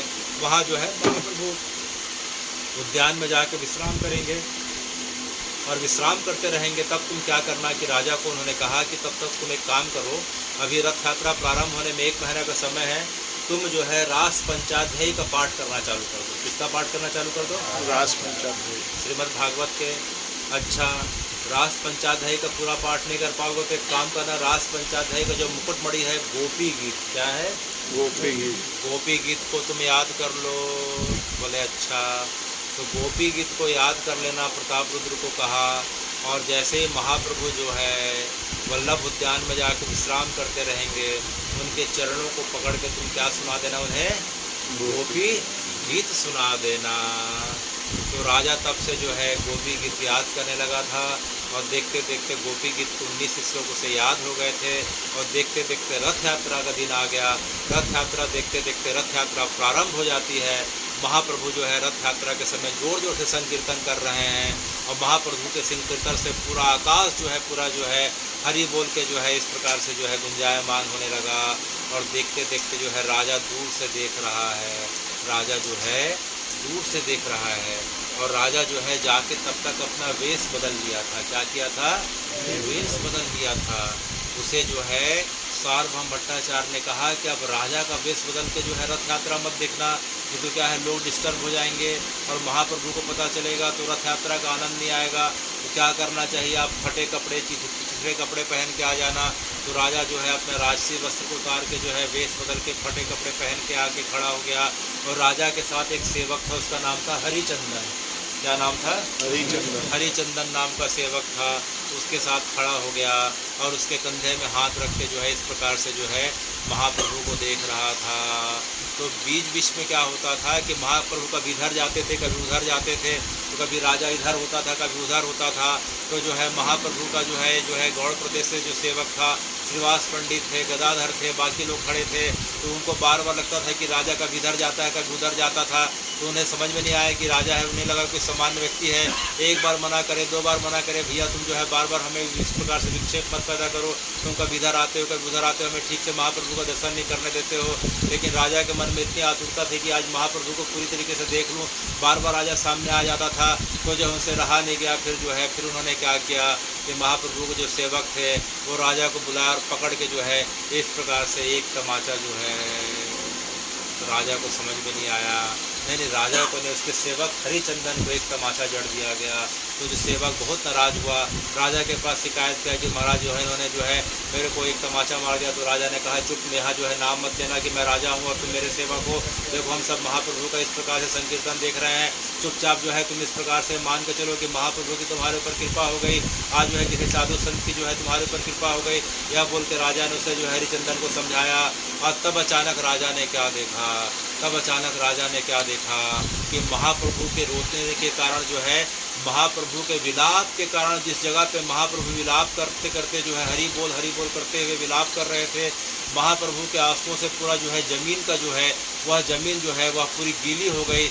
और गीला होने के कारण जो है वह जो है महाप्रभु के कारण जो है वह कीचड़ हो गया। और महाप्रभु जो है उस कीचड़ में महाप्रभु लोट-पोट होने लगे और भगवान के नाम का उच्चारण करने लगे।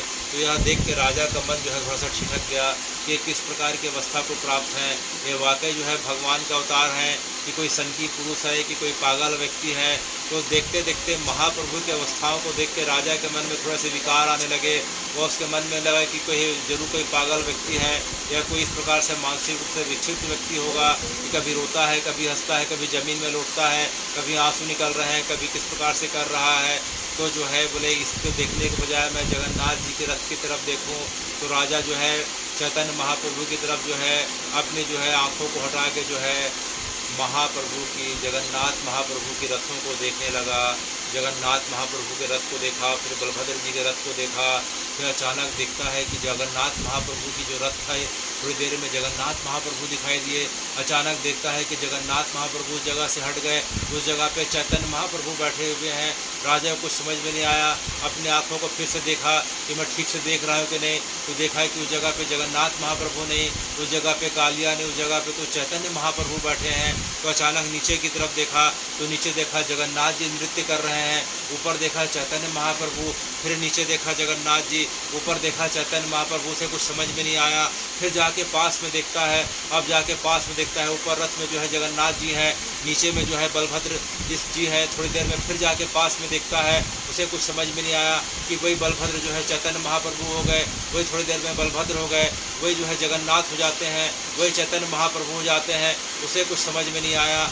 थोड़ी देर में और पास जाके देखता है, उसके देखने का आश्चर्य का ठिकाना नहीं हुआ। अब देखता है कि जो है नीचे में जो है चैतन्य महाप्रभु और जो है बलभद्र जो है, अब देखते देखते जगन्नाथ और सुभद्रा जो है सभी आपस में इस प्रकार से देखते हुए संकीर्तन कर रहे हैं।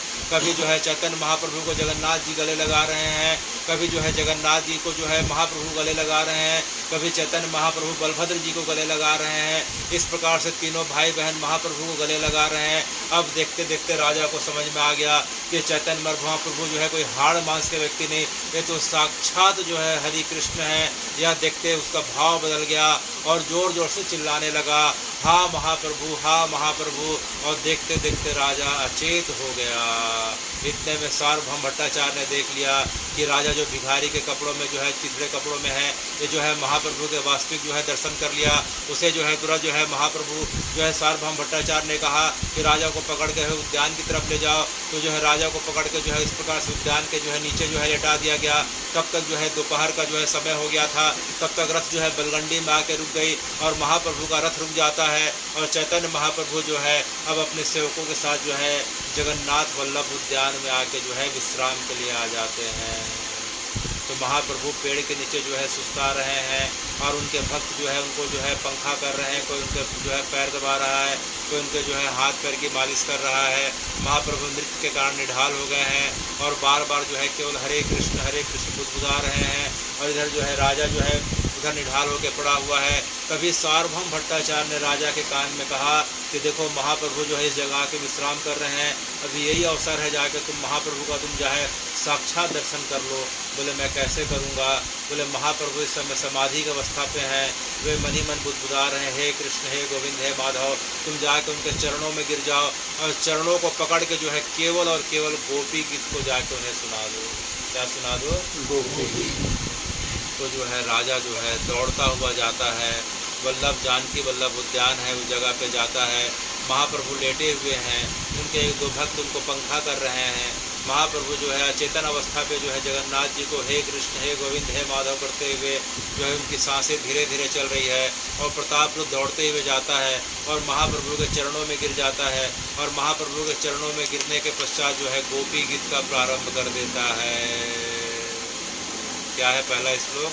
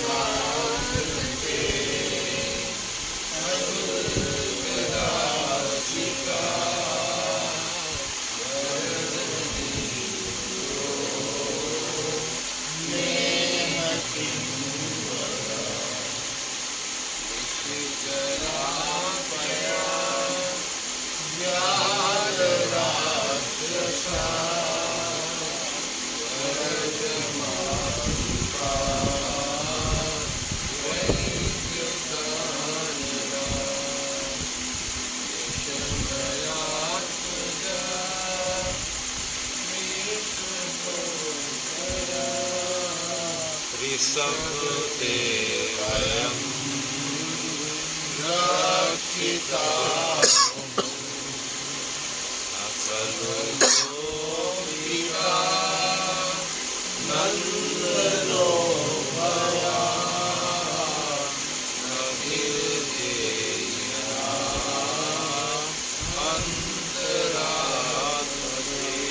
देखते देखते इस प्रकार से जो है राजा गोपी गीत का महाप्रभु को स्मरण कराने लग गया।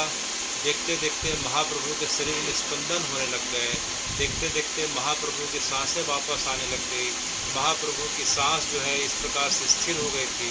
गोपी गीत को सुनते सुनते जो है महाप्रभु के शरीर में मानव प्राणों का संचरण होने लगा।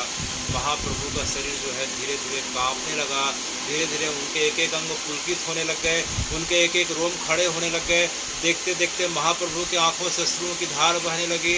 महाप्रभु के शरीर से जो है कंप और विलंब इस प्रकार की अवस्थाएं दृष्टिगोचर होने लगी। और वह देखते देखते जो है 9वां श्लोक आ गया, जिस श्लोक को सुनते ही जो है महाप्रभु से रहा नहीं गया और महाप्रभु ने उठ के जो है प्रताप रुद्र को जो है गले से लगा लिया। और 9वां श्लोक क्या है? तो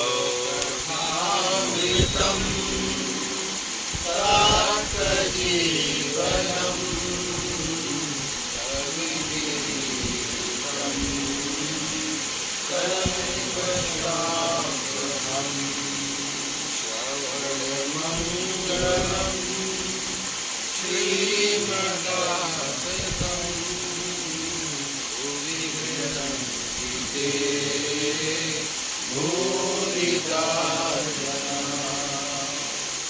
तो महाप्रभु ने राजा प्रताप रुद्र को जो है गले से लगा लिया और जोर जोर से महाप्रभु रोने लग गए।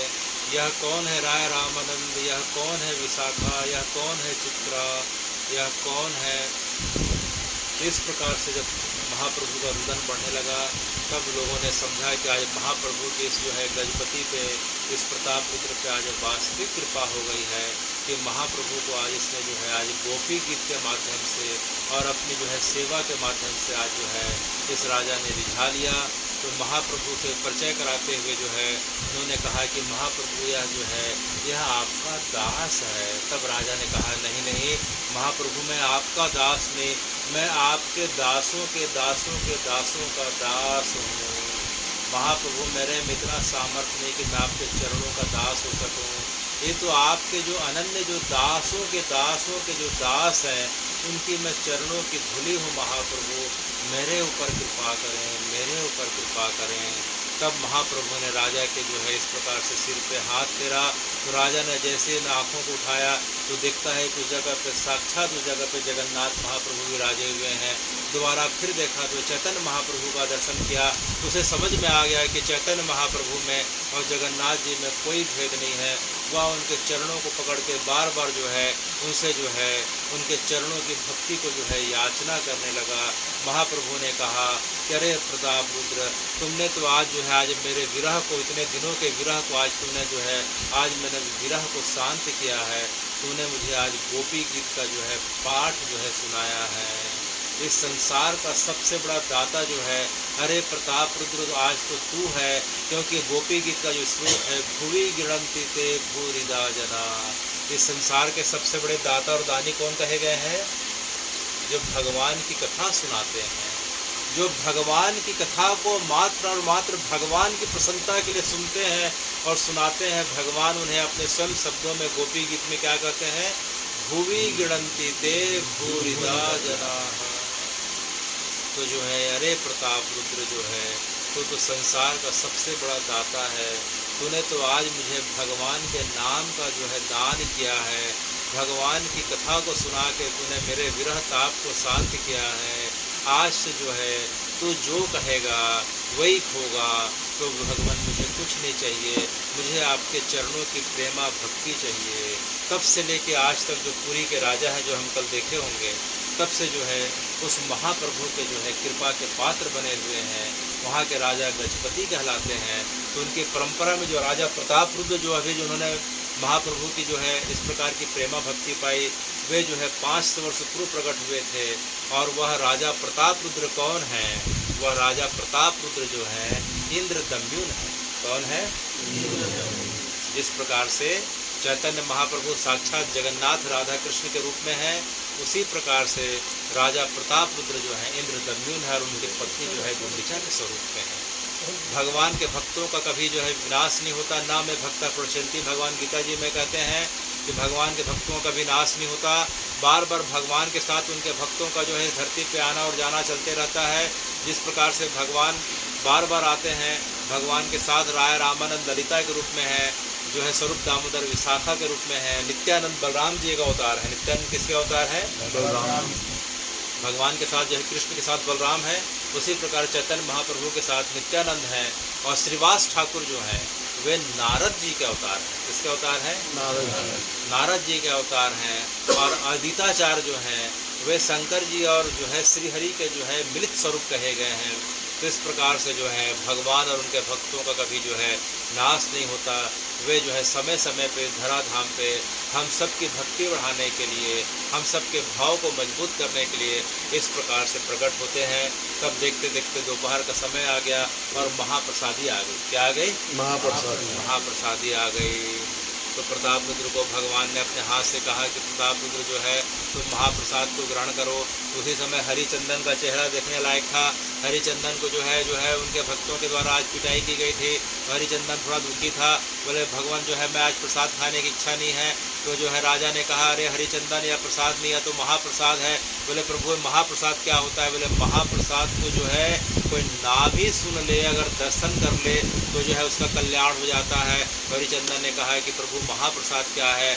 तो जो है नित्यानंद जी ने कहा कि पूरे जगत में जितने भी जो है भगवान को भोग चढ़ाए जाते हैं वे प्रसाद कहलाते हैं, लेकिन मात्र जो पुरी है, जगन्नाथपुरी में जो भगवान को जो भोग लगाया जाता है वह क्या कहलाता है? महाप्रसाद कहा जाता है। तो हे भगवान, यह महाप्रसाद क्यों कहा जाता है? इसके अलावा वैकुंठ में भी अगर चढ़ता है तो उसे प्रसाद कहते हैं, वृंदावन में भी चढ़े प्रसाद है, अयोध्या जी में भी चढ़े प्रसाद है। मात्र और मात्र जो है पुरी का जो प्रसाद है वह क्या कहलाता है? महाप्रसाद कहलाता है। अच्छा, तो हे भगवान, यह महाप्रसाद क्यों कहलाता है? वह महाप्रसाद इसलिए कहलाता है क्योंकि महाप्रसाद बनने के पहले वह 6 विधियों से गुजरता है। कितने विधि से? 6 विधियों से गुजरता है। पहला बात कि महाप्रसाद को बनाने वाली स्वयं कौन है? लक्ष्मी जी हैं। कौन है? लक्ष्मी जी हैं। बाकी जगह तो वृंदावन में जाएं, अयोध्या जी में जाएं, द्वारका जी में जाएं, बद्रीनाथ में जाएं, वहाँ भगवान के सेवक बनाते हैं। यहाँ साक्षात लक्ष्मी जी जो है भगवान के प्रसाद का जो है निर्माण करती हैं, खुद जो है भगवान के प्रसाद को बनाती हैं। तो लक्ष्मी जी के हाथों के द्वारा निर्मित है। अच्छा, तो लक्ष्मी जी के हाथों के द्वारा रंध्रण माने रांधना, रंध्रण माने रांधना, तो लक्ष्मी जी के हाथों के द्वारा निर्मित है, रांधा जाता है। तो लक्ष्मी जी के हाथों के द्वारा रंध्रण, ठीक है। उसके बाद फिर क्या होता है कि जो चूल्हा वहाँ जो है करीब करीब 400 चूल्हे दिखाई पड़ रहे हैं।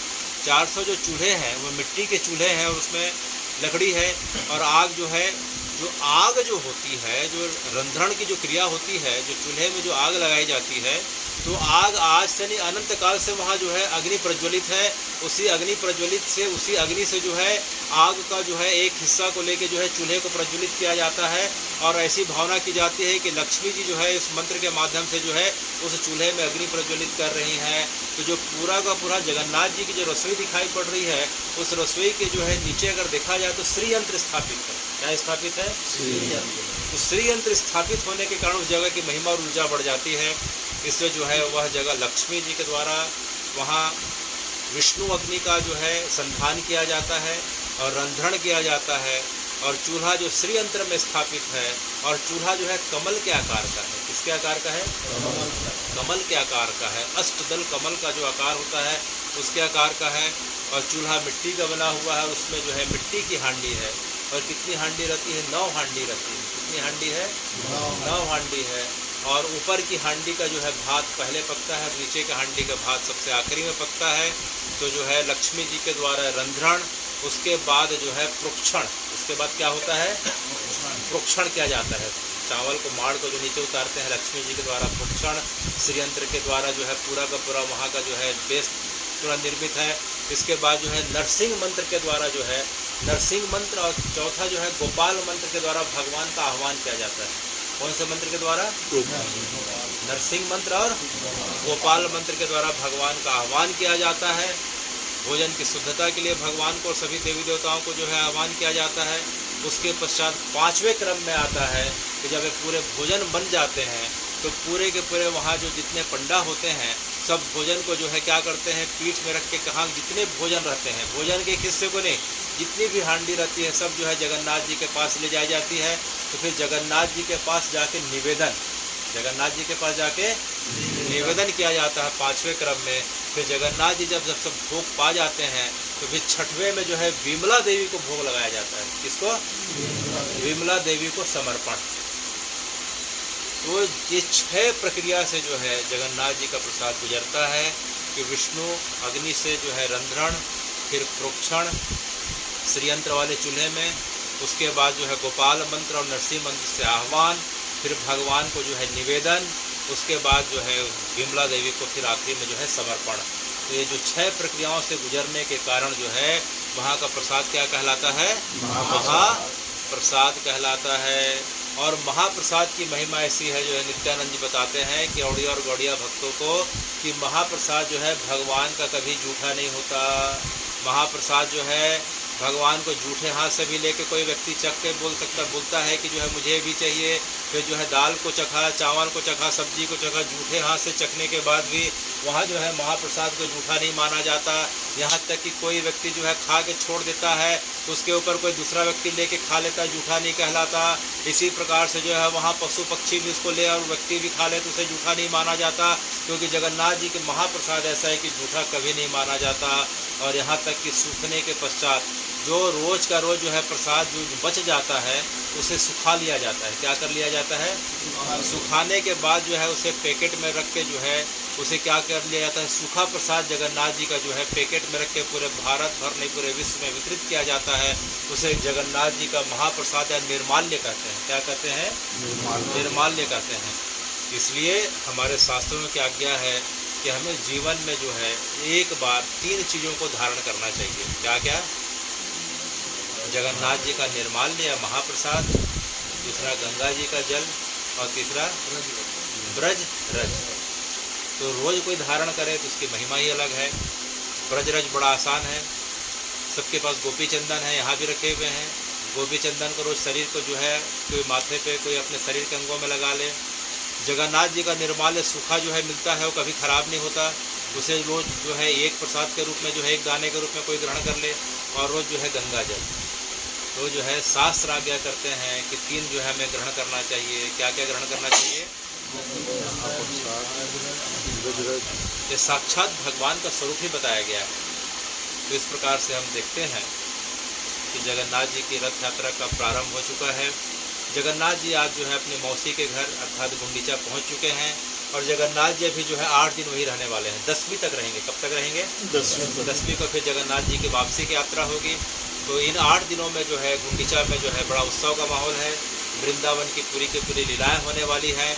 जिस प्रकार से वृंदावन में भगवान की लीलाएं होती थी उस प्रकार की लीला होने वाली है। जगन्नाथ जी यहाँ जो है 24 घंटे के रूप में अब जगन्नाथ जी के रूप में न रह के जो है अब एक ब्रजवासी के रूप में रहने वाले हैं और अपने भक्तों को दान प्रदान करने वाले हैं। तो गुंडीचा दर्शन का एक अलग महत्व है। जिस प्रकार से जगन्नाथ दर्शन का जो महत्व होता है तो कोई 10 बार जगन्नाथ जी का दर्शन करे तो मात्र एक बार गुंडीचा दर्शन का फल वही हो जो 10 बार जगन्नाथ दर्शन का फल मिलता है। और 10 बार जो दिन में जो गुंडीचा दर्शन का फल है वह रात को दर्शन करने का एक बार गुंडीचा दर्शन का फल के बराबर होता है। कि कोई एक बार रात को दर्शन कर ले वह जो है दिन के 10 बार गुंडीचा दर्शन के बराबर है। तो इस प्रकार 100 बार जगन्नाथ जी का दर्शन के बराबर मात्र जो है एक बार रात्रि के समय जो है 8 बजे के बाद से लेकर मध्य रात्रि तक कोई दर्शन कर ले तो 100 बार जगन्नाथ जी के दर्शन का फल वह पा जाता है। क्योंकि भगवान अब जो है रात्रि के समय जो है अपने गोप सखाओं के साथ, गोपियों के साथ जो है ब्रज लीला को प्रारंभ करने वाले हैं। इन्हीं के साथ जो है भगवान के हम ब्रज लीला का आनंद लेने वाले हैं। और इसी के साथ जो है आज भगवान की रथ यात्रा इस सत्र की पूरी हो रही है। आने वाले सत्र में जो है हम भगवान के रथ यात्रा के बारे में और विस्तार से सुनने वाले हैं कि भगवान की रथ यात्रा में और क्या क्या जो है लीलाओं का जो है हम दर्शन करते हैं। तो तुलसीदास जी जो है एक बार भगवान की जो है तुलसीदास जी काशी में रहते रहते जब रामचरितमानस जब आखिरी जब कांड जब तुलसीदास जी लिख लिए, रामचरितमानस में 7 कांड। कितने कांड हैं? पहला कांड कौन सा है? दूसरा कांड? वाह। तीसरा? चौथा? पांचवा? छठवां? और 7वां उत्तरकांड। तो तुलसीदास जी ने जो है रामायण जी को 3 जगहों पे लिखा। प्रारंभ करे थे भगवान के जन्म के समय से, रामनवमी के समय से जो है अयोध्या जी में उन्होंने प्रारंभ किया था। उसके बाद पश्चात जो है चित्रकूट में भी लिखा और आखिरी का जो कांड जो है उन्होंने काशी में रह के पूरा किया। तो जब भगवान का जब रामचरितमानस लगभग पूरा होने को आ रहा था तो तुलसीदास जी के मन में बड़ी इच्छा होती थी कि रामायण तो भगवान की प्रेरणा से मैं लिख लिया, लेकिन मुझे भगवान के दर्शन कब होंगे, भगवान के दर्शन कब होंगे। तो भगवान का एक बार उन्हें स्वप्न आदेश मिला कि जो है मेरा दर्शन जो है वर्तमान में जगन्नाथपुरी में होगा। तो हे तुलसी तुम जो है जगन्नाथपुरी चले जाओ। तो दूसरे दिन तुलसीदास जी जो है जगन्नाथपुरी को पैदल रवाना हो जाते हैं। कटक से होते हुए भुवनेश्वर, भुवनेश्वर से इस प्रकार से होते हुए जो है वे जगन्नाथ जी के पास जाते हैं। जब पहुंचते हैं तो रात का समय हो जाता है। उस समय रात की आरती चल रही थी। तो रात को जब जाके दर्शन करते हैं तो उनका मन बड़ा खिन्न हो जाता है। तुलसीदास जी ने देखा है कि किस प्रकार से राम जी का स्वरूप है, मुझे समझ में नहीं आ रहा है। बोले किस प्रकार का स्वरूप है, ना हाथ है ना पैर है, चेहरा बड़ा गोल टाइप का, आँख भी बड़ी बड़ी है, कुछ समझ में नहीं आ रहा है। यहाँ लोग जय जगन्नाथ बोल रहे हैं तो राम जी भी दिखाई नहीं पड़ रहे हैं। मेरे राम जी तीर धनुष वाले हैं, बड़े सुंदर आँख है, उनके हाथ हैं पैर हैं। इस प्रकार से तुलसीदास जी जो ठीक से दर्शन भी नहीं करे और वापस आके थोड़ी दूर पे आके जो है एक पेड़ के नीचे, बड़ पेड़ के नीचे आके लेट जाते हैं। और रात को उन्होंने वहाँ का प्रसाद भी नहीं पाया और भूखे सो गए। लेकिन जगन्नाथ जी उन्हें सोने कैसे देते। जब तुलसीदास जी पेड़ के नीचे सो रहे थे तभी एक बालक जो है थाली में प्रसाद लेके आता है और पूछता है तुलसीदास जी कौन है। तुलसीदास जी आँख खोलते हैं, बोले कौन। बोले जो है आपके लिए जो है जगन्नाथ जी ने प्रसाद भेजा। बोले मैं जगन्नाथ जी को नहीं जानता, मैं तो राम जी को जानता हूँ। मैं तो राम जी के दर्शन की लालसा से यहाँ आया था। ये जगन्नाथ जी कौन है जिनके हाथ है ना पैर हैं, हाथ है ना पैर हैं। तो बालक ने कहा रे जो है महाराज आप ही ने तो रामायण लिखी है। बोले हाँ आप ही ने रामायण लिखी है। बोले हाँ मैंने लिखी है। तो बोलो आपने बालकांड में क्या लिखा है। तो जो है बालक ने बताया है कि आपने बताओ बालकांड में चौपाई लिखी है कि नहीं। बोले क्या, कौन सी चौपाई है। बिन पग चले सुने बिनु काना। जो व्यक्ति जो है बिना पैर के जो चल लेता हो, बिना कान के सुन लेता हो, कर बिनु और आनंद रहित सकल रस भोगी, बिन बानी बक्ता बढ़ जोगी। कि जिस व्यक्ति का मुंह, आनंद माने मुंह नहीं है जो है, फिर भी जो है बिना मुंह के जो व्यक्ति खा लेता हो, जिस व्यक्ति का जो है मुंह अर्थात जो है मुंह नहीं है फिर भी जो है सभी प्रकार के जो है रसों का अनुभव कर लेता हो, कर बिन करत जो है बिन पग चले सुने बिनु काना। जिसके जो है पैर नहीं है फिर भी चलता हो, जिसके कान नहीं है फिर भी सुनता हो, जिसके मुख नहीं है सभी खाता हो। तो महाराज बोले ये चौपाई किसने लिखी। तुलसीदास जी ने कहा है मैंने लिखी। तो बोले बताइए कि आपने राम जी के किस स्वरूप का वर्णन किया है। बोले मैंने राम जी के उस पर ब्रह्म स्वरूप का वर्णन किया है। उस पर ब्रह्म स्वरूप में जो है स्थूल शरीर की आवश्यकता पड़ती है क्या। क्या भगवान के हाथ पैर होंगे तभी चलेंगे, क्या भगवान के मुँह होंगे तभी खाएंगे। तो जो है तुलसीदास जी ने कहा नहीं नहीं मेरे राम जी तो ऐसे नहीं है, मेरे राम जी तो पर ब्रह्म है। उस बालक ने कहा कि वही परब्रह्म ब्रह्म ने जो है आपके लिए प्रसाद भेजा है, अब आप प्रसाद पालो और कल आके दर्शन करना। तब तुलसीदास जी को समझ में नहीं आया। भगवान के द्वारा दिए गए महाप्रसाद को जैसे उन्होंने अपने अंदर ग्रहण किया, उन्हें भगवान की लीलाओं का दर्शन होने लगा। उसी पेड़ के नीचे उन्हें भगवान की लीलाओं का दर्शन होने लगा। उन्हें समझ में आ गया कि जो है साक्षात जगन्नाथ जी साक्षात राम जी के स्वरूप में है। दौड़ते हुए अंदर जाते हैं, तब तक भगवान की रात की शयन आरती हो गई थी, भगवान के कपाट बंद हो गए थे। जगन्नाथपुरी में जो है तुलसीदास जी रहा नहीं गया, उसी जगह पर बैठ के जो है रात भर भगवान का भजन करते रहे। सवेरे होते ही महोदधि अर्थात समुद्र में स्नान करके आते हैं और सवेरे की मंगला आरती जैसे ही कपाट खुलते हैं तुलसीदास जी दौड़ के अंदर जाते हैं और जाके देखते हैं कि जो है जगन्नाथ जी जो हैं, जो जगन्नाथ जी कल उन्हें गोल गोल जगन्नाथ जी बिना हाथ पैर के दिखाई पड़ रहे थे, वे तीर धनुष वाले राम के रूप में खड़े होकर उन्हें दर्शन दे रहे हैं और उनकी तरफ देख के मुस्कुरा रहे हैं। तुलसीदास जी समझ गए कि वही राम है, वही जगन्नाथ है, वही बलभद्र है, वही लक्ष्मण है। देखते देखते उनकी शंका का समाधान हो जाता है और उनके साथ जो है इस प्रकार से उन्हें दंडवत करके पुनः जो है वापस में आके काशी विश्वनाथ के पास अपने रामचरितमानस को रख के उसकी पूर्णता को प्राप्त करते हैं। तो तुलसीदास जी को भी जो है उनके रामचरितमानस की पूर्णता जो है इसी जगह पे आके प्राप्त हुई। इसी जगह पे उन्हें जो है जगन्नाथ जी में ही जो है राम जी का दर्शन हुआ। तब से लेके आज तक जो है जगन्नाथ जी का एक वेश उन्हें जो है उन्हें वेश धराया जाता है, उसे रघुनाथ वेश कहते हैं। क्या वेश कहते हैं? स्नान पूर्णिमा के पश्चात जगन्नाथ जी को कौन सा वेश धराया जाता है? गणेश वेश धराया जाता है। उसी प्रकार से साल भर में जगन्नाथ जी के 32 प्रकार के वेश धराए जाते हैं। कितने प्रकार के? 32। अलग अलग पर्व के अनुसार जो है जगन्नाथ जी का वेश जो है 32 प्रकार का वेश रहता है। बैसाख मास में जो है राम जी का वेश है, इसे रघुनाथ वेश कहते हैं। इस समय तुलसीदास जी ने जगन्नाथ जी का दर्शन किया था, तो तुलसीदास जी ने दर्शन कर लिया। उसी प्रकार से जगन्नाथ जी कृपा रहेगी तो जगन्नाथ जी हम सबको उसी भाव से दर्शन देंगे। इसी के साथ आज की कथा जो है हरे कृष्ण अंदर थी और समुद्र के माध्यम से जब प्रकट हुई थी, जब भगवान का विग्रह प्रकट हो गया, तो जिस प्रकार से शंकर जी के विग्रह के सामने हमेशा नंदी रहते हैं, तो श्री हरि के विग्रह के सामने हमेशा गरुड़ रहते हैं। तो गरुड़ स्तंभ भी स्थापित हो गया। लेकिन जो है लोगों ने अचानक देखा कि जो है आसमान में जो है अचानक विशाल काय जो है गरुड़ उड़ता हुआ आया। ऐसा लग रहा था कि सैकड़ों फीट ऊंचा और सैकड़ों फीट जो है लंबा चौड़ा जो है गरुड़ आते हैं और आके उस स्तंभ पे बैठ जाते हैं और भगवान के जो है मंदिर के अंदर जो है जितने भी घंटे थे, घड़ियाल थे, शंख थे, बाजे थे, पखावज थे, सब अचानक जो है सब जो है बजने चालू हो जाते हैं। तो वह घटना अपने आप में स्वतः स्फुट रूप से हुई थी। इसलिए गरुड़ स्तंभ जो है समुद्र के अंदर से प्रकट हुए हैं, किसी व्यक्ति के द्वारा निर्मित नहीं है। और गरुड़ स्तंभ के ऊपर जो है गरुड़ भगवान जो है, भगवान के जो सेवक हैं वह आके जब बैठे थे और उसके पश्चात जो है वे अपने आप को जो है एक मूर्ति के रूप में, एक विग्रह के रूप में उन्होंने अपने एक रूप को प्रकट किया। तब से लेके आज तक जो है वह जगह गरुड़ स्तंभ कहलाती है। साक्षात जो है गरुड़ जी उस जगह पे बैठ के भगवान का दर्शन कर रहे हैं। तो वह जगह इसी कारण से गरुड़ जी के हमेशा वहाँ रह के सेवा करने के कारण जो है वह जगह गरुड़ स्तंभ कहलाती है। यह किसी मनुष्यों के द्वारा निर्मित नहीं है, वह आदि अनादि अनंत काल से, जब से जो है सतयुग के समय से जगन्नाथ जी की जगह है तब से उसका वर्णन आता है। इसी जगह पे स्तंभ प्रकट हुआ समुद्र से और इसके ऊपर जो है आके गरुड़ भगवान जो है भगवान के जो सेवक हैं वो आके बैठे हुए हैं। तब से लेके यही मान्यता है और हमारी परंपरा में एक ने जो है अनेकों अनेक वर्णन और दृष्टांत ऐसे आते हैं कि उस जगह पे लोगों ने साक्षात जो है गरुड़ जी को देखा हुआ है। आज भी जो है लोग गरुड़ जी का दर्शन करते हैं। इसी कारण से जो है महाप्रभु उसी जगह पे अपनी मर्यादा में रहते हुए भगवान का दर्शन करते थे, क्योंकि भगवान के गर्भगृह में जाने के लिए सबके जो है उतने साधन नहीं है, उतना मन पवित्र नहीं होता है। इसलिए महाप्रभु की आज्ञा यही होती है कि गरुड़ स्तंभ के पास रह के जो है जगन्नाथ जी का दर्शन करें। और जगन्नाथ जी की जब इच्छा अंदर बुलाने की होगी तो जगन्नाथ जी खुद कृपा करके बुला लेंगे। लेकिन तब तक जो है हमें जगन्नाथ